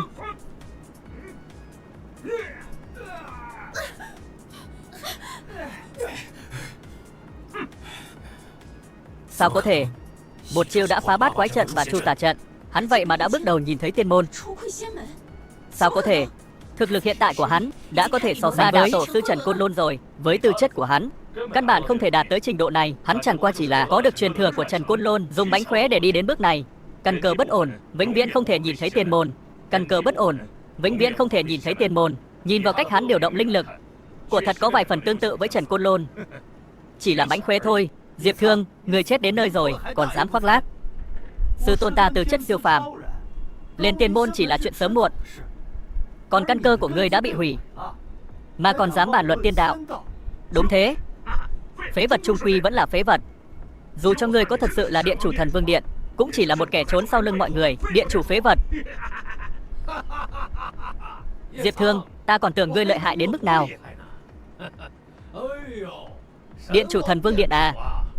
Cái danh hiệu này, ái ra, to quá. Kết quả thì sao? Trước mặt lão tổ Trần gia, người ngay cả dũng khí phản kháng cũng không có. Buồn cười thật, buồn cười. Diệp Thương, ta thấy dáng vẻ ngươi không tệ. Chi bằng ta cho ngươi một cơ hội, quỳ xuống cầu xin ta. Có lẽ ta có thể xin lão tổ tha cho ngươi một mạng. Chỉ bằng ngươi mà cũng muốn đại ca ta xin lỗi, còn dám nói chuyện với ta như vậy. Muốn chết. Muội đánh hỏng ả rồi. Ai làm tiểu thiếp cho ta đây? Bây giờ ta xem ai còn có thể bảo vệ ngươi. Thần Vương Điện thì sao? Trước mặt lão tổ Trần gia ta vẫn chỉ là rác rưởi. Ngươi muốn làm gì? Làm gì? Ngươi nói xem hả? Ngươi thả ta ra, Diệp Thương sẽ không tha cho người đâu. Diệp Thương, mày dám động tay không? Dám động vào người phụ nữ của ta? Muốn chết.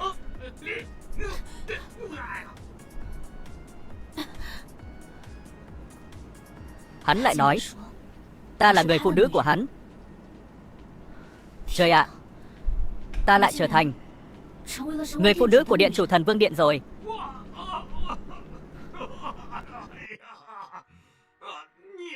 Mẹ mày còn dám động tay à? Hay mày thử lại lần nữa xem.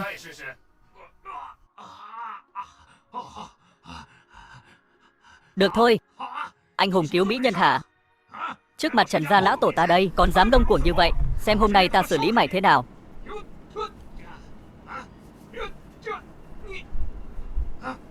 Sao lại bất linh rồi?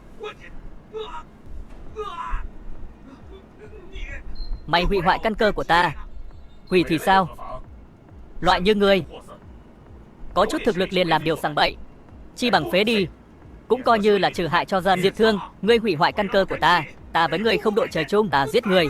Dừng tay. Ngươi không phải là đối thủ của hắn. Tên này vẫn có chút thực lực. Ngươi lên cũng chỉ bừng mạng. Lão tổ tông, người nhất định phải báo thù cho con. Yên tâm, có ta ở đây. Người của Thần Vương Điện không làm nên sóng gió gì đâu. Điện chủ, chúng ta cản tên này lại. Người mau đi. Đúng đi. Đó, hiện tại thực lực của người còn chưa hồi phục, không thể đối đầu trực diện với tên này. Chúng ta dù phải liều mạng cũng phải giúp người cản hắn lại. Thật là một màn chủ tớ tình thâm. Đã như vậy, Vậy thì ta sẽ đem các người toàn bộ đều giết hết. Địa ngục ma lâm.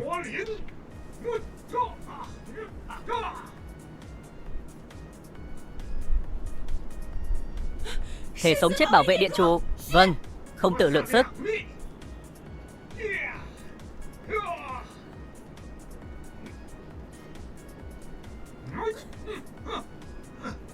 Chuyện gì xảy ra vậy? Thực lực của các ngươi vì sao lại mạnh như vậy? Sao lại đỡ được công kích của Trần Càn Khôn? Không thể nào, thực lực của chúng ta còn chưa đến bán bộ tiên nhân, làm sao có thể đỡ được công kích của Trần Càn Khôn? Thần Vương đại nhân, là ngài đang giúp chúng ta sao? Thần Vương đại nhân, thực lực của ngài đã hồi phục rồi sao? Dù là chưa hồi phục, đối phó với cái tên bán bộ tiên nhân thích ăn may này cũng dễ như trở bàn tay, quá dư sức. Chưa nói đến việc ngươi có phải là chủ nhân thật sự của Thần Vương Điện hay không. Dù là thật, ngươi còn lại mấy phần thực lực, dám cuồng vọng trước mặt ta. Rõ ràng là ngươi đã chọn sai đối tượng. Vậy thì cứ thử xem. Vừa hay để ta xem thử cái tên thích ăn may, bán bộ tiên nhân giấu bao nhiêu thực lực. Được thôi. Từ sau khi tổ tiên Trần gia đánh bị thương ngươi, thế gian không còn thần vương nữa. Hôm nay ta phải xem thử thần vương năm xưa còn lại mấy phần thực lực. Chúc quý vị có những phút giây thư giãn. Nếu thấy hay, hãy ủng hộ kênh bằng cách nhấn like và đăng ký kênh để cập nhật các video mới nhất.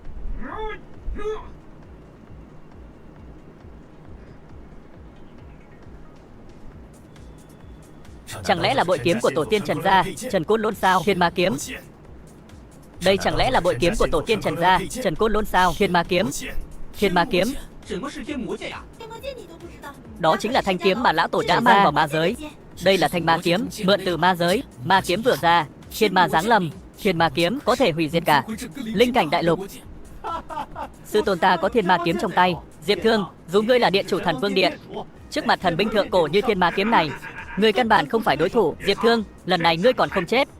Các ngươi lại cấu kết ma giới, không sợ bị linh cảnh đại lục tất cả cường giả truy sát sao? Linh cảnh đại lục sao? Trong mắt Trần Càn Khôn ta, nơi này chẳng qua là man di trì địa. Ngươi cho rằng ta sẽ để ý đến thái độ của đám man di này sao? Nhân văn truyền giáo của linh cảnh đại lục ta, cái nào không mạnh hơn đám ma vật của ma giới? Đại võ vương triều của linh cảnh đại lục ta là truyền thừa vạn năm. Các ngươi cho rằng các ngươi cấu kết ma tổ liền có thể xâm lấn linh cảnh đại lục ta sao? Đại võ vương triều sao? Ta một kiếm liền có thể diệt nó. Hôm nay ta liền diệt Tiểu Nhi Diệp Thương trước, rồi diệt cái gọi là đại võ vương triều này. Đến lúc đó ma giới đích thần đến, Trần gia ta liền nghênh đón tiên tổ trở về. Một kiếm này, vận mệnh của linh cảnh đại lục này diệt. Lan Nhi, cẩn thận.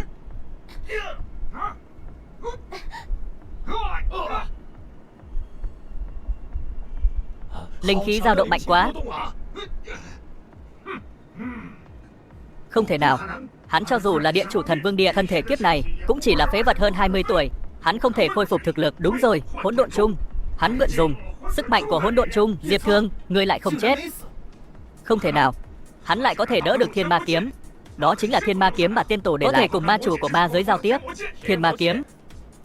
Năm đó Trần Côn Lôn cậy vào thanh ma kiếm này của mình có thể đánh bại ta. Kết quả còn không phải vậy sao? Bị ta phong ấn trên đỉnh Côn Lôn. Chỉ cần có ta, Diệp Thương ở đây, tuyệt đối không cho phép các người cấu kết ma kiếm. Thần Vương đại nhân đã hồi phục thực lực. Đúng vậy, thực lực của Thần Vương đại nhân chắc chắn đã hồi phục. Ma đạo thần binh của Trần gia lão tổ cũng không thể lay chuyển Thần Vương dù chỉ nửa phần. Lão tổ nhất định phải giết hắn, không thể tha cho hắn. Muốn giết tên này vẫn cần sự giúp đỡ của ngươi. Cần ta giúp đỡ? Căn cơ của ta đã bị tên này phế bỏ rồi. Ta có thể giúp được gì?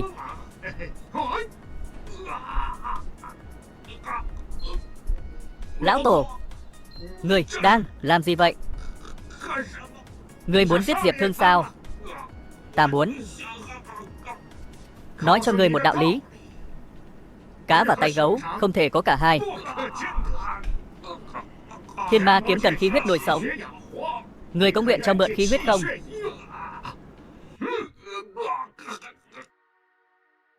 Lão tổ, ngươi đang làm gì vậy?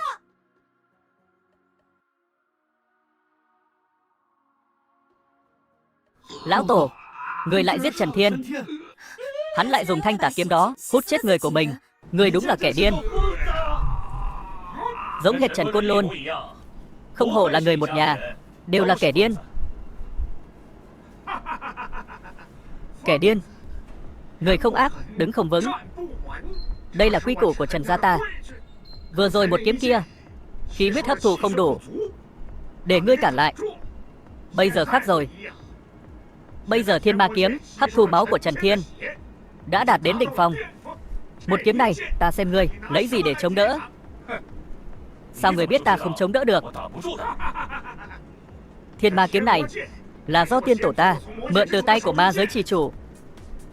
Đây là pháp khí ma đạo, toàn lực nhất kích, phi Hồng Trần Tiên bất khả đáng.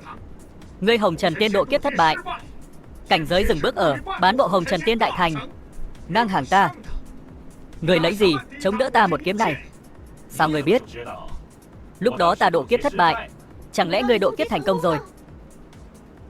Hắn bây giờ đã thành Hồng Trần Tiên rồi. Không thể nào, hắn chỉ là một phế vật bị phế căn cơ. Sao có thể là Hồng Trần giới tiên? Đúng, ngươi không thể là Hồng Trần Tiên. Hồng Trần Tiên cần lịch luyện. Ngươi chỉ mới hơn 20 tuổi, lấy đâu ra lịch luyện? Ngươi đang gạt ta. Diệp Thương, ngươi đúng là vì sống, không từ thủ đoạn, đến chuyện này cũng bịa ra được. Diệp Thương, hôm nay dù ngươi có nói gì cũng phải chết. Nếu ngươi chết trong rừng, đã không có nhiều chuyện như vậy. Nhưng bây giờ không sao cả, có sư tôn ta ở đây. Dù Diệp Thương có bản lĩnh lớn đến đâu, trước mặt sư tôn ta, hắn chẳng là cái thá gì. Từ nay về sau, Diệp gia là của Diệp Thành ta. Còn về Diệp Thương, hãy để hắn biến mất khỏi thế gian này đi. Diệp Thương, ta khuyên ngươi mau giao hỗn độn chung ra. Có lẽ tiên tổ ta còn có thể tha cho ngươi một mạng. Ngươi nằm mơ. Hỗn độn chung là tuyệt thế truyền thừa của Diệp gia ta, dù chết cũng không giao cho các ngươi ma đạo Trần gia. Câm miệng cho ta. Lần nào cũng cãi lời ta. Ta thấy ngươi chán sống rồi phải không? Ta thấy người chán sống là ngươi. Ta đánh ngươi thì sao? Ngươi muốn chết. Cho ngươi một bài học, Diệp Thương. Ngươi vẫn nên thử xem Thiên Ma kiếm này đi. Nếu thấy hay, hãy ủng hộ kênh bằng cách nhấn like và đăng ký kênh để cập nhật các video mới nhất. Thiên Ma nhất kiếm. Đại ca cẩn thận. Ta Diệp Thương luân hồi mấy ngàn năm, hôm nay mãn kiếp quy hồi. Hồng Trần nhất kiếm, kiếm chạm Hồng Trần.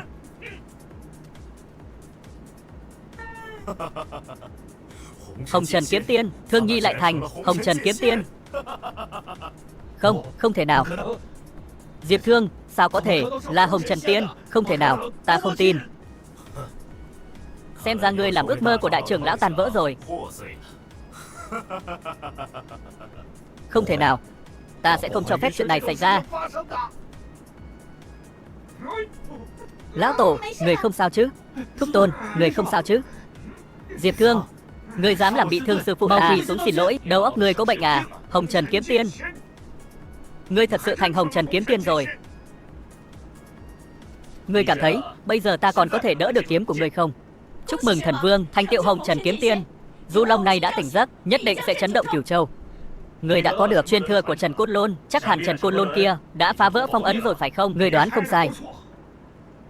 Tổ tiên đã đột phá phong ấn. Không sợ nói cho người biết, tổ tiên đã sớm thâm nhập ma giới, đã đạt được truyền thừa của ma giới. Cho dù là Hồng Trần kiếm tiên, ở trước mặt lão tổ Trần gia ta cũng không phải là đối thủ. Người tốt không làm, cứ thích làm ma tộc rồi nhận chó săn. Ma giới giáng lâm linh cảnh đại lục là xu thế tất yếu. Người của linh cảnh đại lục sớm muộn gì cũng bị ma giới thống trị. Cho dù ngươi trở thành Hồng Trần kiếm tiên thì sao? Ngươi chẳng lẽ muốn một mình đối kháng cả ma giới sao? Một mình ta? Ta nói cho người biết, phía sau ta đứng là linh cảnh đại lục vạn sinh linh, chưa bao giờ là một mình. Thật sao? Ta thấy hình như có người không hoan nghênh người. Diệp Thương, người chịu chết đi. Lôi Long diệt thế. Không thể nào, ngươi không thể mạnh như vậy. Ta nhìn ngươi lớn lên, không thể mạnh như vậy được. Chấp mê bất ngộ, tội đáng tru diệt. Đừng giết ta. Ta là ông nội của ngươi đó. Ngươi không thể làm như vậy. Ông nội già mà vô đức. cũng xứng để ta tôn xưng ông nội ngươi sao? Ngươi muốn làm gì? Giúp Diệp gia thanh lý môn hộ? Ngươi muốn tạo phản sao? Đây là trưởng bối của ngươi, chẳng lẽ ngươi muốn giết hắn sao? Mắt của ngươi bị mù à?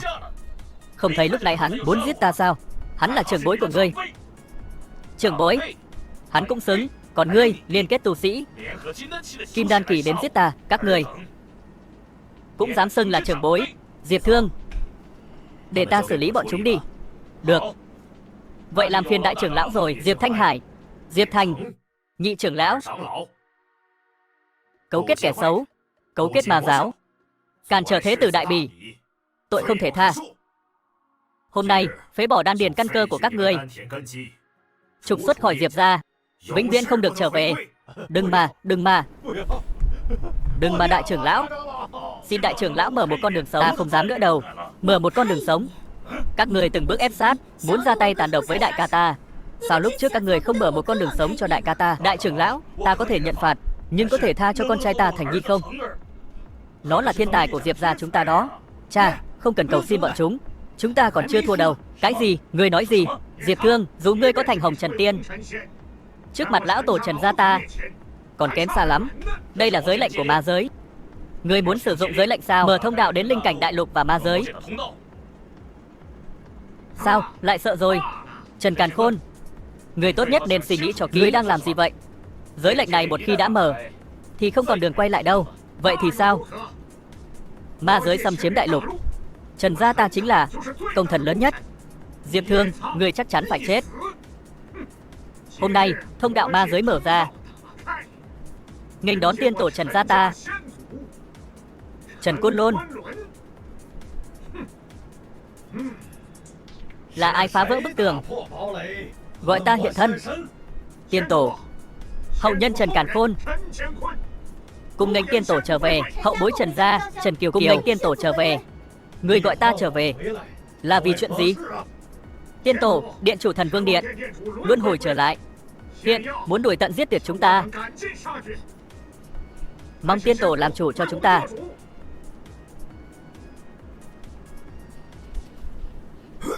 Diệp Thương, mấy ngàn năm qua ta lúc nào cũng nghĩ đến việc giết người. Hôm nay cuối cùng cũng có cơ hội rồi. Đây chính là thực lực của ma đạo tổ sư Trần Côn Lôn sao? Trần Côn Lôn, mấy ngàn năm không gặp, người vẫn cứ thích phô trương như vậy. Mấy ngàn năm rồi, người vẫn cứ vô vị như vậy, thật khiến người ta ghét bỏ. Tiên tổ, hôm nay nhất định không thể để Diệp Thương sống sót. Nếu không thì ma giới làm sao có thể xâm chiếm cảnh đại lục này? Trần gia các người cấu kết với ma giới, nếu Nhân Hoàng biết chắc chắn sẽ không tha cho các ngươi. Nhân Hoàng thì tính là gì? Trước mặt chiến binh ma giới của ta, trước cửa ma giới, đừng nói là thần hoàng, ngay cả toàn bộ Đại Võ Vương Triều cũng sẽ bị nghiệt thành cho bụi. Nằm mơ. Nhân Hoàng lệnh, lại có Nhân Hoàng lệnh. Ta là Thanh Thành hoàng tộc, có quan hệ phụ thuộc với Đại Võ Vương Triều. Ta là hoàng nữ, có Nhân Hoàng lệnh có gì kỳ lạ? Lão tổ, ngàn vạn lần đừng để bóp nát Nhân Hoàng lệnh. Như vậy thì Nhân Hoàng của Đại Võ Hoàng Triều chắc chắn sẽ biết. Điện chủ Thần Vương Điện ở đây, người cũng dám cản rỡ? Không, Nhân Hoàng lệnh vỡ rồi. Đại Võ Hoàng đế chắc chắn biết chuyện ở đây. Tần Lam Nhi, người lại dám thông báo cho Đại Võ Hoàng Triều, muốn chết. Không hay rồi, Đại Võ Vương Triều Nhân Hoàng biết rồi. Võ Hoàng đại nhân, sao vậy? Ta thấy Trần gia Thanh Thành lại đánh thông bức tường ma giới. Cái gì? Trần gia lại cấu kết ma giới? Điều ta không ngờ là điện chủ Thần Vương Điện lại cũng ở đó. Điện chủ Thần Vương Điện, không phải hắn đã bị Thành Côn Lôn đánh lén khi đang độ kiếp thành tiên, thân tử đạo tiêu rồi sao? Điện chủ Thần Vương Điện không phải là thân tử đạo tiêu, mà là nhập luân hồi, trong luân hồi độ kiếp thành tiên. Người này đại tài, mới có thể nghĩ ra con đường thành tiên như vậy. Diệp Thương luân hồi 5.000 năm, chắc hẳn thực lực của hắn đã đạt đến mức trước nay chưa từng có, sau không ai sánh bằng. Ngay cả khi Trần Côn Lôn từ ma giới trở về cũng chắc chắn không phải đối thủ. Vậy chúng ta bây giờ phải làm sao? Vì điện chủ Thần Vương ở Diệp gia, vậy chúng ta đến Diệp gia một chuyến. Trần Côn Lôn không gây được sóng gió gì đâu, nhưng nếu ma giới trì chủ đích thân đến thì linh cảnh đại lục nguy rồi. Ta dù là phải đánh đổi tính mạng cũng tuyệt đối không để ma cảnh giáng lâm linh cảnh đại lục. Tổ tiên, giết chúng đi. Nếu người của Đại Võ Vương Triều biết được thì phiền phức lớn. Đúng vậy, tổ tiên, Đại Võ Vương Triều gánh vác khí vận của cả Vương Triều. Tuy chỉ là độ kiếp kỳ, nhưng khi vận dụng khí vận Vương Triều, thì thực lực còn mạnh hơn cả Hồng Trần Tiên. Sợ gì chứ? Dù Võ Hoàng biết được, thì sao? Trước khi hắn đến được đây, ta đã đủ sức giết chúng 100 lần rồi. Trần gia tổ tiên, uy mãnh cái thế. Hôm nay, chắc chắn là muốn Thần Vương Điện ta trả giá. Ngươi không phải là con cháu Trần gia ta sao? Tiểu nhân là quan bốt đệ tử của sư tôn Trần Càn Khôn. Ra là vậy. Ngươi cũng có con mắt tinh đời đấy. Tiểu thư Diệp gia này quá xa đọa rồi. Nếu có thể chém giết người này, cũng coi như là vì linh cảnh đại lục, trừ khử một mối họa. Đã như vậy, thì như người mong muốn, hôm nay ta sẽ chém Diệp Thương.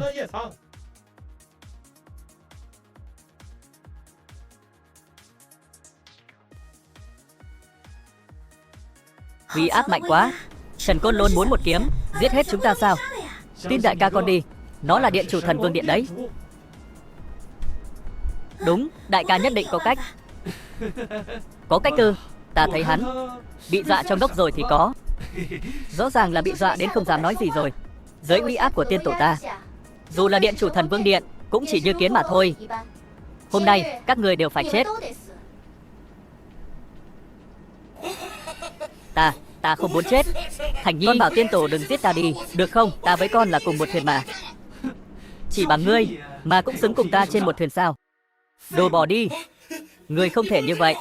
Ta là ông nội của ngươi đấy. Muốn ta tha cho ngươi cũng được. Giết đại trưởng lão đi. Ta sẽ cầu sư phụ tha cho ngươi một mạng.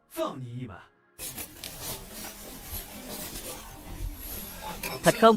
Trước khi giết các ngươi, có người còn có thể diễn cho ta xem một chút, cũng là một lựa chọn tốt. Được. Nhị trưởng lão, ông có biết ông đang làm gì không? Ông thật sự làm ta quá thất vọng. Lôi lòng diệt thế.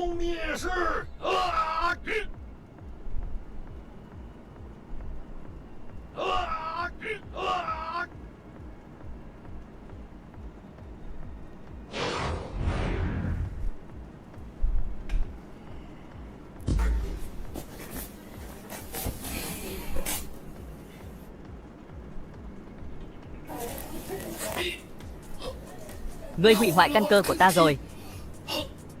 Ta cứ tưởng ngươi có thể nhận ra sai lầm của mình, nhưng ngươi ngoan cố không chịu thay đổi, quá làm ta thất vọng. Hôm nay hủy căn cơ của ngươi, là một người bình thường đi. Đừng mà, ta không muốn làm người bình thường.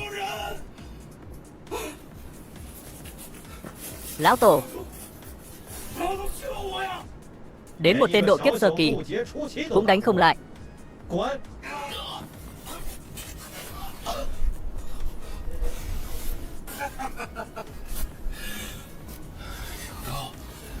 Không ngờ phí hoài cả đời, lại có kết cục như vậy. Đó là người tự làm tự chịu, đáng đời. Nếu ngươi không hại ca ca ta, sao có thể rơi vào kết cục như bây giờ? Ngươi như vậy, đều là ngươi tự chuốc lấy. Gieo gió gặt bão. Diệp Thương, ta bây giờ như vậy, ngươi hài lòng chưa?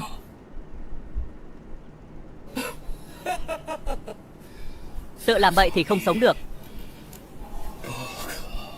Không sống được.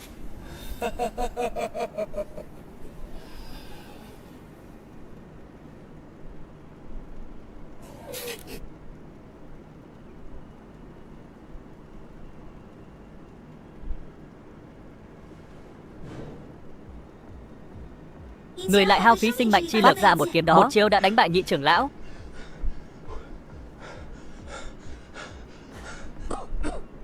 Hay cho một màn huynh đệ tương tàn. Ta rất thích. Tên này của thực là quá đáng ghét. Thật muốn giết chết hắn. Chỉ bằng hai người các ngươi, hai tiểu thị nữ cũng muốn giết ta. Đúng là nằm mơ giữa ban ngày. Các trưởng lão, mọi người đi trước.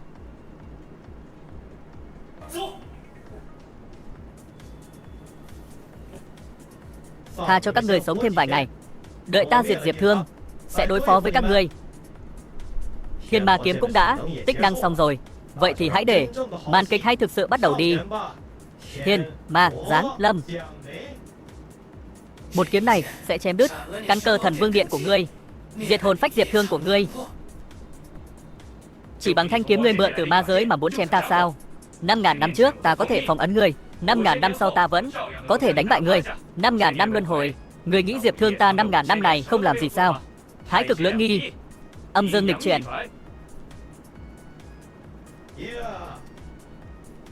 Rốt cuộc là năng lực gì mà có thể ngăn được ma đạo tổ sư Trần Côn Lôn thiên ma giáng lâm? Không thể nào, đây là tiên tổ, tay cầm thiên ma kiếm, phát ra toàn lực một kích đó. Tên này sao có thể đỡ được? Ánh sáng đen trắng, chẳng lẽ là âm dương nhị khí, âm dương bản nguyên? Không ngờ ngươi lại có được thứ chí bảo này. Bản tôn đã đánh giá thấp ngươi rồi. Âm dương bản nguyên, hắn lại có được. Âm dương bản nguyên, có âm dương bản nguyên thì sao? Ta có thiên ma kiếm của giới chủ ma giới. Ta không tin, không diệt được ngươi. Ma giới bản nguyên sao? Ngươi nghĩ ma giới loại vùng đất cằn cỗi đó cũng có bản nguyên tồn tại sao? Dám coi thường ma giới, muốn chết. Không phải coi thường, mà là ma giới của ngươi, ta căn bản không để vào mắt. Không tốt, tiên tổ sắp thua. Không được, tuyệt đối không thể để tiên tổ thua. Tuyệt đối không thể. Ta không tin đại ma kiếm này không thiêu cháy được ngươi. Lấy tinh huyết làm giá, kích hoạt thiên ma kiếm phải không? Thủ đoạn của ma tộc quả nhiên đều như vậy. Ngươi lại phá được toàn lực nhất kích của ta. Thái cực đồ này sẽ trở thành nơi chôn thây ngươi. Diệp Thương, dừng tay. Nếu không ta giết cô ta. Lập tức tán đi âm dương nhị khí. Nếu không ta giết cô ta. Diệp Thương đừng lo cho ta, giết Trần Côn Lôn đi, hắn quan trọng hơn ta. Không giết hắn, linh cảnh đại lục sẽ gặp nguy hiểm. Ma giới một khi giáng lâm, toàn bộ lâm cận đại lục sẽ nguy. Câm miệng cho ta, nếu không ta sẽ diệt người ngay bây giờ. Tán thái cực đồ đi. Đừng mà, tại sao ngươi lại vứt bỏ thái cực đồ? Tại sao không thừa cơ giết Trần Côn Lôn? Trần Côn Lôn lúc nào cũng có thể giết, nhưng nếu người chết thì thật sự hết rồi. Lại dám nói ra những lời như vậy. Đừng tưởng rằng ngươi có được âm dương nhị khí thì chúng ta không có cách nào diệt ngươi. Thả người ra, ta không thả. Ngươi làm gì được ta? Khuôn mặt nhỏ nhắn này thật sự là xinh xắn. Ngươi nói nếu như bị cào xước thì làm sao đây? Ngươi đang tìm cái chết. Ngay khi ngươi ra tay, ta đã có thể diệt rồi. Vậy sao? Vậy thì xem tốc độ của ngươi rốt cuộc nhanh đến đâu. Ngươi lại còn có chiêu này. Trường này gọi là cách sơn đàng lưu sao? Không biết. Điện chủ lại càng lợi hại hơn rồi. Không ngờ ngươi lại còn có chiêu này. Không sao chứ? Nhìn các ngươi tình trạng ý thiếp, ta thấy ghét. Thôi vậy, hôm nay ma giới cuối cùng cũng sẽ giáng lâm. Diệp Thương, 5.000 năm rồi, ngươi vẫn nhu nhược như vậy. Vừa rồi có thể giết ta, nhưng ngươi vì cứu người phụ nữ này mà không ra tay. Đây sẽ là chuyện ngươi hối hận nhất.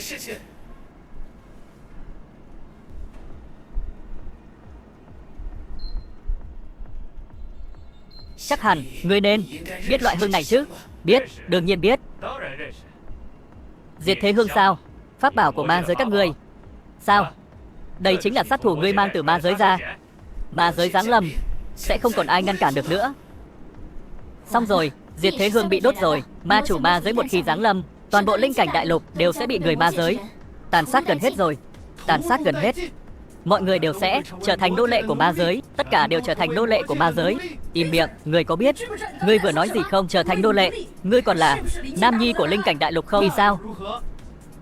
Chỉ cần có được thực lực, dù trở thành nô lệ, ta cũng bằng lòng. Toàn bộ linh cảnh đại lục đều là vật trong túi của ma giới. Còn về phần các ngươi, muốn nói gì thì tùy. Dù sao cũng không thay đổi được gì. Tiếp theo sẽ trở thành tù nhân của ma giới. Đừng nói là ma giới còn chưa giáng lâm, cho dù là thật sự giáng lâm, có ta, Diệp Thương ở đây, thì ma giới này cũng đừng hòng đồ sát một ai của linh cảnh đại lục ta.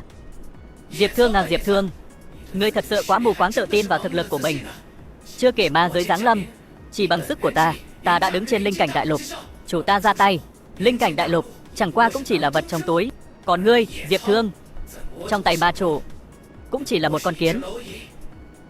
Ngươi nói vậy, ta lại càng mong chờ cái ma chủ này. Nhưng đáng tiếc là cái diệt thế hương này không triệu hồi được ma giới nữa đâu. Không hay rồi, tên này muốn phong ấn lối vào ma giới.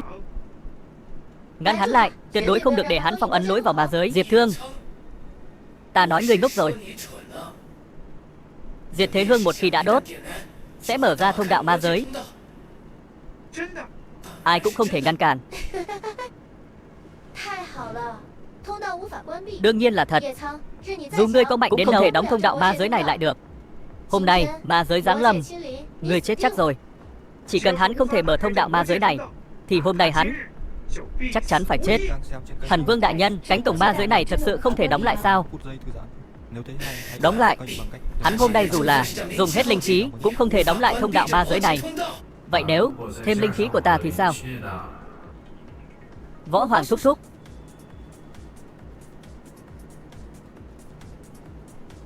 Võ Hoàng thúc thúc, thì ra là Võ Hoàng đại nhân đến, tuyệt vời. Võ Hoàng đến rồi, hôm nay nhất định có thể đóng lại thông đạo ma giới. Võ Hoàng sao lại đến? Ngươi quên rồi sao?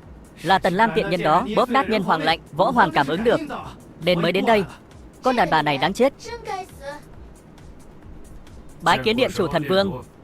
Bình thân đi, Võ Hoàng. Vậy mà lại hành lễ với Diệp Thương. Diệp Thương có bản lĩnh gì vậy? Võ Hoàng thúc ma giới sắp giáng lâm rồi. Ta biết, ta dù có liều mạng cũng sẽ không để ma giới giáng lâm linh cảnh đại lục này. Võ Hoàng, ngươi thật sự cho rằng chỉ bằng ngươi và Diệp Thương là có thể ngăn cản ma giới giáng lâm sao? Vậy thì ngươi quá ngây thơ rồi. Ma giới giáng lâm đã thành cánh cổng ma giới đã mở, không ai có thể đóng lại được. Không thử, sao biết được hay không? Đúng vậy, không thử sao biết được hay không? Hôm nay cường giả trong Thần Vương Điện ta dù có dùng hết linh khí cũng phải phong ấn cánh cổng ma giới này. Đúng, dù cho Thần Vương Điện phải chiến đấu đến người cuối cùng phải phong ấn cánh cổng ma giới này. Không hổ là Thần Vương Điện của đại lục lân cận ta, thật kiên cường. Những người con của đại lục lân cận ta cũng tuyệt đối không thể đứng sau các ngươi. Hôm nay phong ấn cánh cổng ma giới này, tính cả ta nữa. Hôm nay ta nhất định phong ấn cánh cổng ma giới này. Lũ ếch ngồi đáy giếng, dù có tụ tập lại một chỗ cũng chỉ là đám ông hợp. Thật sự cho rằng các ngươi tụ tập lại một chỗ là có thể đe dọa cánh cổng ma giới sao? Một khi cánh cổng ma giới mở ra thì dù là giới chủ cũng không thể đóng lại, chỉ bằng các ngươi. Đúng là si tâm vọng tưởng. Nhân lúc này quy thuận đi, biết đâu ma giới chi chủ còn tha thứ cho các ngươi. Các ngươi Diệp Thần, Diệp Tinh Hải, các ngươi thân là con cháu Diệp gia còn chút cốt khí nào không? Con cháu Diệp gia thì có ích gì?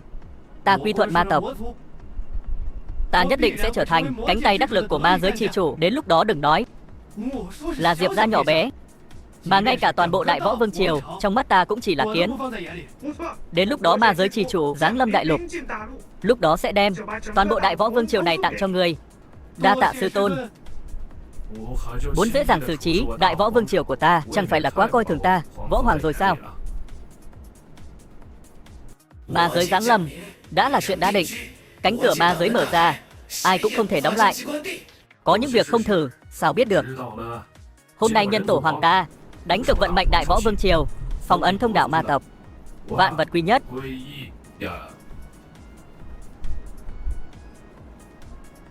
Cường giả Thần Vương Điện ta dù phải liệu cả tính mạng cũng tuyệt đối không để ma tộc giáng lâm.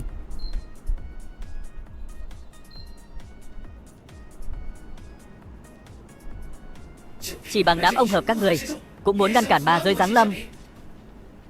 Võ Hoàng nói không sai, rất nhiều chuyện thử rồi mới biết.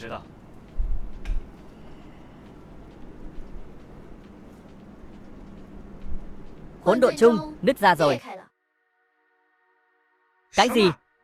Hỗn độn chung nứt ra rồi? Chẳng lẽ Diệp Thương muốn hủy cái hỗn độn chung này?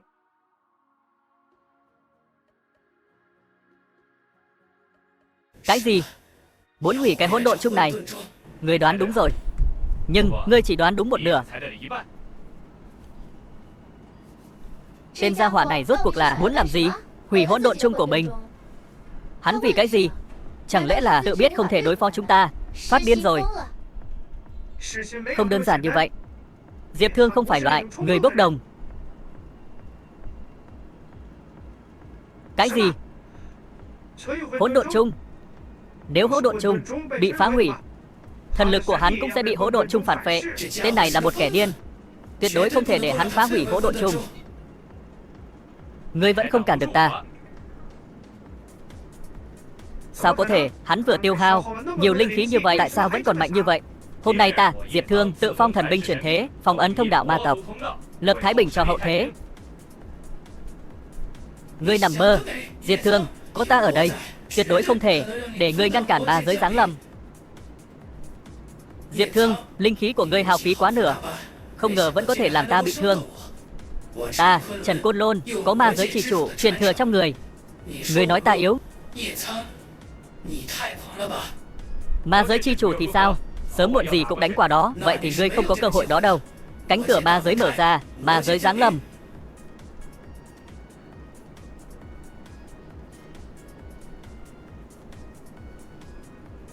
Sư phụ, lại hy sinh thần hồn của mình, hiến tế cho Diệp Thương. Ta và những người khác liều cả tính mạng. Điện chủ thần vương thậm chí ngay cả thần binh truyền thế cũng tan vỡ, mới chỉ khiến cho cánh cổng ma giới đóng lại một phần.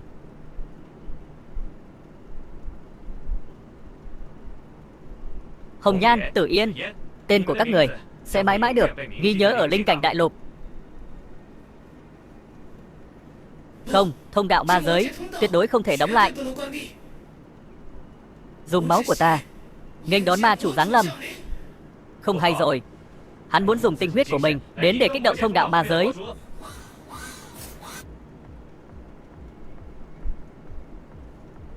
Thông đạo ma giới nhỏ lại rồi. Lẽ nào thông đạo ma giới thật sự sắp bị đóng lại sao? Tuyệt đối không thể để thông đạo ma giới đóng lại. Trần Côn Lôn, ngươi thua rồi. Phút giây thư giãn. Nếu thấy hay, hãy ủng hộ kênh bằng cách nhấn like và đăng ký kênh để cập nhật các video mới nhất. Thông đạo ma giới mở ra hoàn toàn rồi.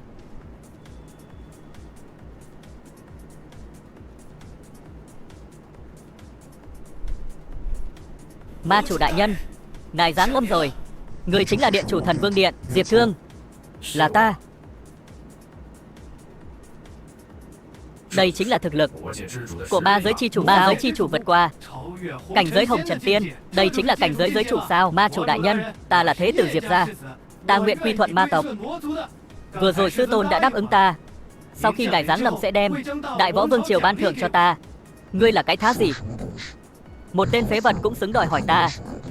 Đã ngươi muốn quy thuận ma tộc, vậy thì trở thành một phần của ma tộc ta đi. Ma tộc đại nhân, ngài đang làm gì vậy? Thân thể ta sắp nứt ra rồi. Ma tộc đại nhân đừng mà. Ma chủ đại nhân, đừng làm hại con ta. Ma tộc đại quân còn cần lượng lớn huyết khí tầm bổ. Đã phụ tử các người tình thâm, vậy thì cùng nhau nuôi dưỡng ma tộc đại quân thập quân của ta.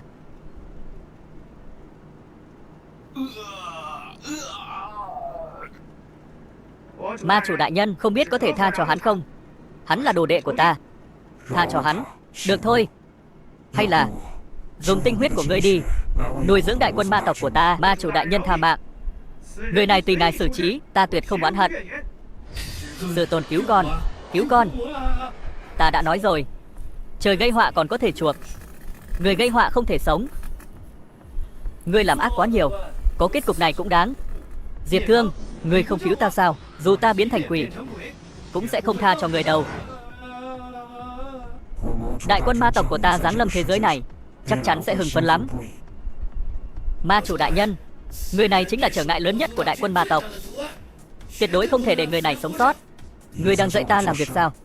Không dám. Xin ma chủ đại nhân tha mạng. Thần vương điện chủ Diệp Thương, không ngờ lại trẻ như vậy. Ta đã luân hồi mấy ngàn năm, ở linh cảnh đại lục này đã mấy vạn năm rồi, không còn trẻ nữa. Thú vị. Ta rất thưởng thức ngươi, Diệp Thương. Theo ta đi. Chỉ cần ngươi đồng ý, ma giới và linh cảnh đại lục này đều là của ngươi. Ma chủ đại nhân, ý của ngài là gì? Chẳng lẽ ngài muốn đem linh cảnh đại lục dâng không cho tên này sao? Trần Côn Lôn, có phải ta đã quá tốt với ngươi rồi không? Ngươi hết lần này đến lần khác cãi lời ta. Ngươi thật sự ta không đỡ giết ngươi sao? Đại nhân, tha mạng. Nếu còn lần sau, ta sẽ diệt tộc Trần gia ngươi. Đại quân ma tộc của ta vẫn còn thiếu một ít huyết khí. Ta không ngại lấy người Trần gia ngươi tế cờ trước. Tạ ma chủ đại nhân, không giết. Xem ra ngươi làm đại ca cũng không tốt với người của mình lắm nhỉ. Đó là đối với những phế vật mà thôi. Nhưng người thì khác, người rất mạnh. Chỉ cần ngươi bằng lòng liên thủ với ta, chúng ta cùng nhau thống trị thế giới này. Ngươi và ta ngang hàng. Nếu ngươi nói như vậy thì sự cám dỗ của ngươi cũng khá lớn đấy. Đúng vậy, ngươi và ta cùng nhau thống trị. Thế nào, cùng ta làm chủ nhân của hai thế giới này đi. Không, xin lỗi, ta từ chối. Ngươi nói lại lần nữa. Ta nói ta từ chối. Đồ không biết điều. Lời mời của ma chủ đại nhân lại dám từ chối. Một khi ma chủ đại nhân nổi giận, đừng nói là hắn, toàn bộ linh cảnh đại lục cũng sẽ trở thành vật trong túi của ma chủ đại nhân. Hắn căn bản không biết thực lực của ma vương Toàn bộ ma giới đại lục đều do ma vương một tay tạo ra. Nếu Diệp Thương dám từ chối ma chủ, vậy thì hôm nay chắc chắn phải chết. Ta khuyên người tốt nhất nên suy nghĩ cho kỹ, nếu không thì ngươi và toàn bộ linh cảnh đại lục này sẽ có kết cục rất thảm. Ta nghĩ người không muốn thấy linh cảnh đại lục bị hủy hoại chứ. Ta nói còn chưa đủ rõ ràng sao? Nói lại lần nữa. Ta từ chối. Muốn chết à? Đừng đi, đừng qua đây. Ta muốn giết người. Dừng tay. Tại sao? Các người không phải là đối thủ của hắn. Thần Vương đại nhân, chẳng lẽ không có cách nào đánh bại hắn sao? Có lẽ ta còn có cách. Có cách đánh bại ta. Ta là chủ của một giới, đã sớm siêu thoát khỏi Hồng Trần Tiên rồi. Giới chủ linh cảnh đại lục của ngươi đã biến mất từ vạn năm trước rồi. Giới chủ không còn, ai có thể chiến một trận với ta? Giới chủ đại nhân không ra, ai dám tranh phong. Đừng nói là một Hồng Trần kiếm tiên như ngươi, cho dù là 2-3 người trước mặt ma chủ đại nhân cũng vô dụng thôi. Diệp Thương, ta khuyên ngươi vẫn nên sớm đầu hàng đi. Ma chủ đại nhân sẽ chừa cho ngươi một mạng ở linh cảnh đại lục, tìm cho ngươi một nơi an dưỡng tuổi già. Muốn đổ sát linh cảnh đại lục của ta, phải bước qua xác ta trước. Mấy ngàn năm, hoàng triều khí vận này cũng có thể khiến ta đứng vào hàng ngũ Hồng Trần Tiên. Ta cũng có một trận chiến. Thú vị, thú vị. 2 vị Hồng Trần Tiên ở đây, các ngươi ở linh cảnh đại lục là đỉnh phong, nhưng trước mặt ta, các ngươi còn chưa đủ tư cách. Thần Vương đại nhân, chẳng lẽ không có cách nào đánh bại hắn sao? Đại Võ Vương triều, ngàn năm hoàng tộc khí vận có thể đánh bại hắn. Ngươi đang nói đùa sao? Khí vận hoàng triều trên người Võ Hoàng nhiều nhất là đưa hắn gia trì đến cấp độ Hồng Trần Tiên, còn vọng tưởng đánh bại ma chủ. Diệp Thương, ngươi có phải là não bị dọa hỏng rồi không? Lại đem hy vọng ký thác vào một võ hoàng độ kiếp kỳ. Muốn dùng khí vận hoàng triều đánh bại ta, ta muốn xem thử xem ngươi làm sao đánh bại ta. Khí vận hoàng triều gia trì ở trên người Võ Hoàng, của thật chỉ có thể để hắn đạt đến Hồng Trần Tiên. Nếu gia trì ở trên người ta, ta có thể đột phá Hồng Trần ta, tiến vào hàng ngũ giới chủ. Đại Võ Vương triều ức vạn sinh linh tín ngưỡng đủ để đại diện cho ý chí của bọn họ. Chỉ cần ta có được ý chí của bọn họ, vậy ta chính là kiến trúc lần cận đại lục. Không thể nào, hắn đã là Hồng Trần Tiên rồi, sao có thể tiến thêm một bước nữa? Ngươi có tư cách gì ở đây nói chuyện với ta? Đem khí vận hoàng triều của ngươi gia trì ở trên người ta.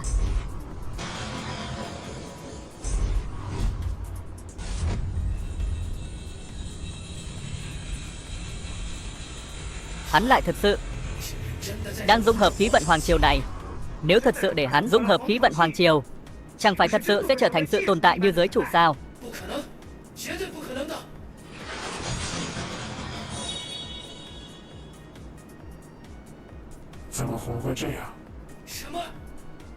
Hắn có thể chống lại công kích của ma vương. Hắn là thân phận gì? Sao có thể trở thành một giới chi chủ? Hắn đang dung hợp khí vận hoàng triều, lại có thể dung hợp thuận lợi như vậy.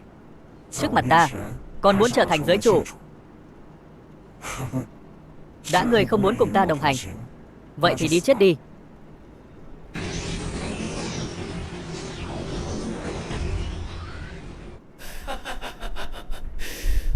Ma chủ đại nhân sắp nghiêm túc rồi. Ngươi thật sự cho rằng có thể ở trước mặt ma chủ đạt đến đỉnh cao sao? Chỉ bằng vào chút độ kiếp kỳ nhỏ bé, ta giết ngươi như giết một con kiến.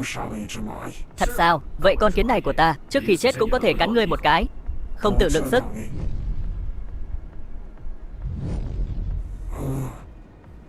Độ kiếp kỳ sao có thể mạnh như vậy? Ta hiểu rồi. Hắn chính là đem tính mạng của mình đều dung hợp vào một kích này, chỉ để có thể đánh lui ma chủ. Xem ra một kích liều mạng của Vũ Hoàng cũng chỉ có vậy.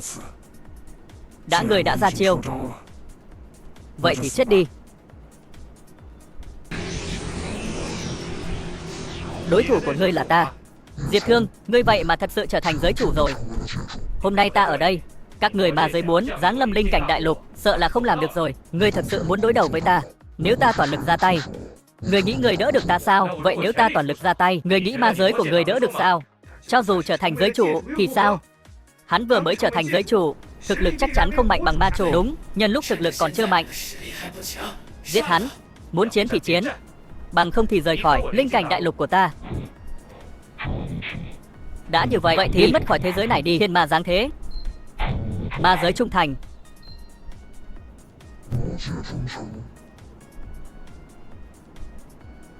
Nhất kiếm này vì thiên địa lập tâm, vì sinh dân lập mệnh, vì vãng thánh kế tuyệt học, vì vạn thế khai thái bình. Thanh kiếm này tên là Chu Ma. Kiếm đến.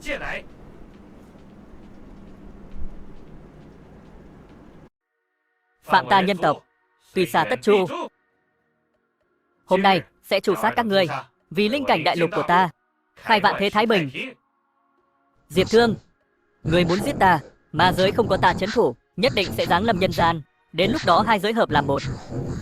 Dù ngươi là giới chủ, cũng không thể ngăn cản ma giới giáng lâm. Ngươi nói gì? Đến lúc đó hai giới hợp làm một. Dù ngươi là giới chủ, cũng không thể ngăn cản ma giới giáng lâm. Ngươi muốn chết, ngươi có thể thử xem. Ta chết, xem ma giới có sụp đổ không. Đến lúc đó mảnh vỡ ma giới sẽ xuất hiện ở bất kỳ nơi nào của linh cảnh đại lục. Linh cảnh đại lục sẽ xuất hiện vô số cấm địa sinh mệnh, khắp nơi là địa ngục trần gian. Xem ngươi dám chém ta không? Ta có một cách. Phong ấn ma chủ. Phong ấn? Hắn là một giới chi chủ. Ngươi tưởng rằng ngươi vừa mới thành giới chủ liền có thể phong ấn ta sao? Đùa gì vậy? Ngươi của thật rất mạnh. Nhưng ta có hỗn độn chung. Ta phong ấn không được ngươi, nhưng hắn có thể. Sao có thể? Hỗn độn chung này chẳng phải đã bị ngươi hủy rồi sao? Hỗn độn chung này là bảo vật của thiên đạo.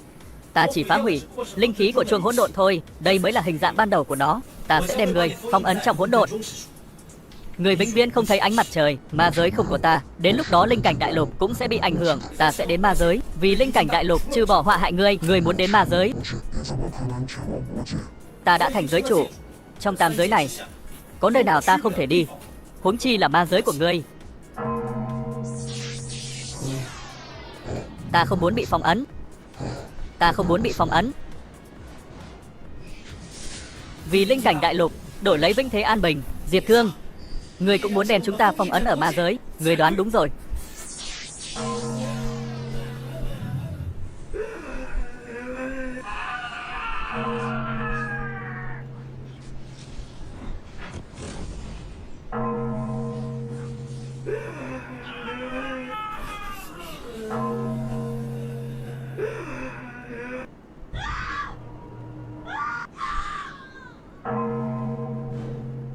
Võ Hoàng, linh cảnh đại lục này giao cho ngươi. Cung Tiễn Thần Vương đại nhân,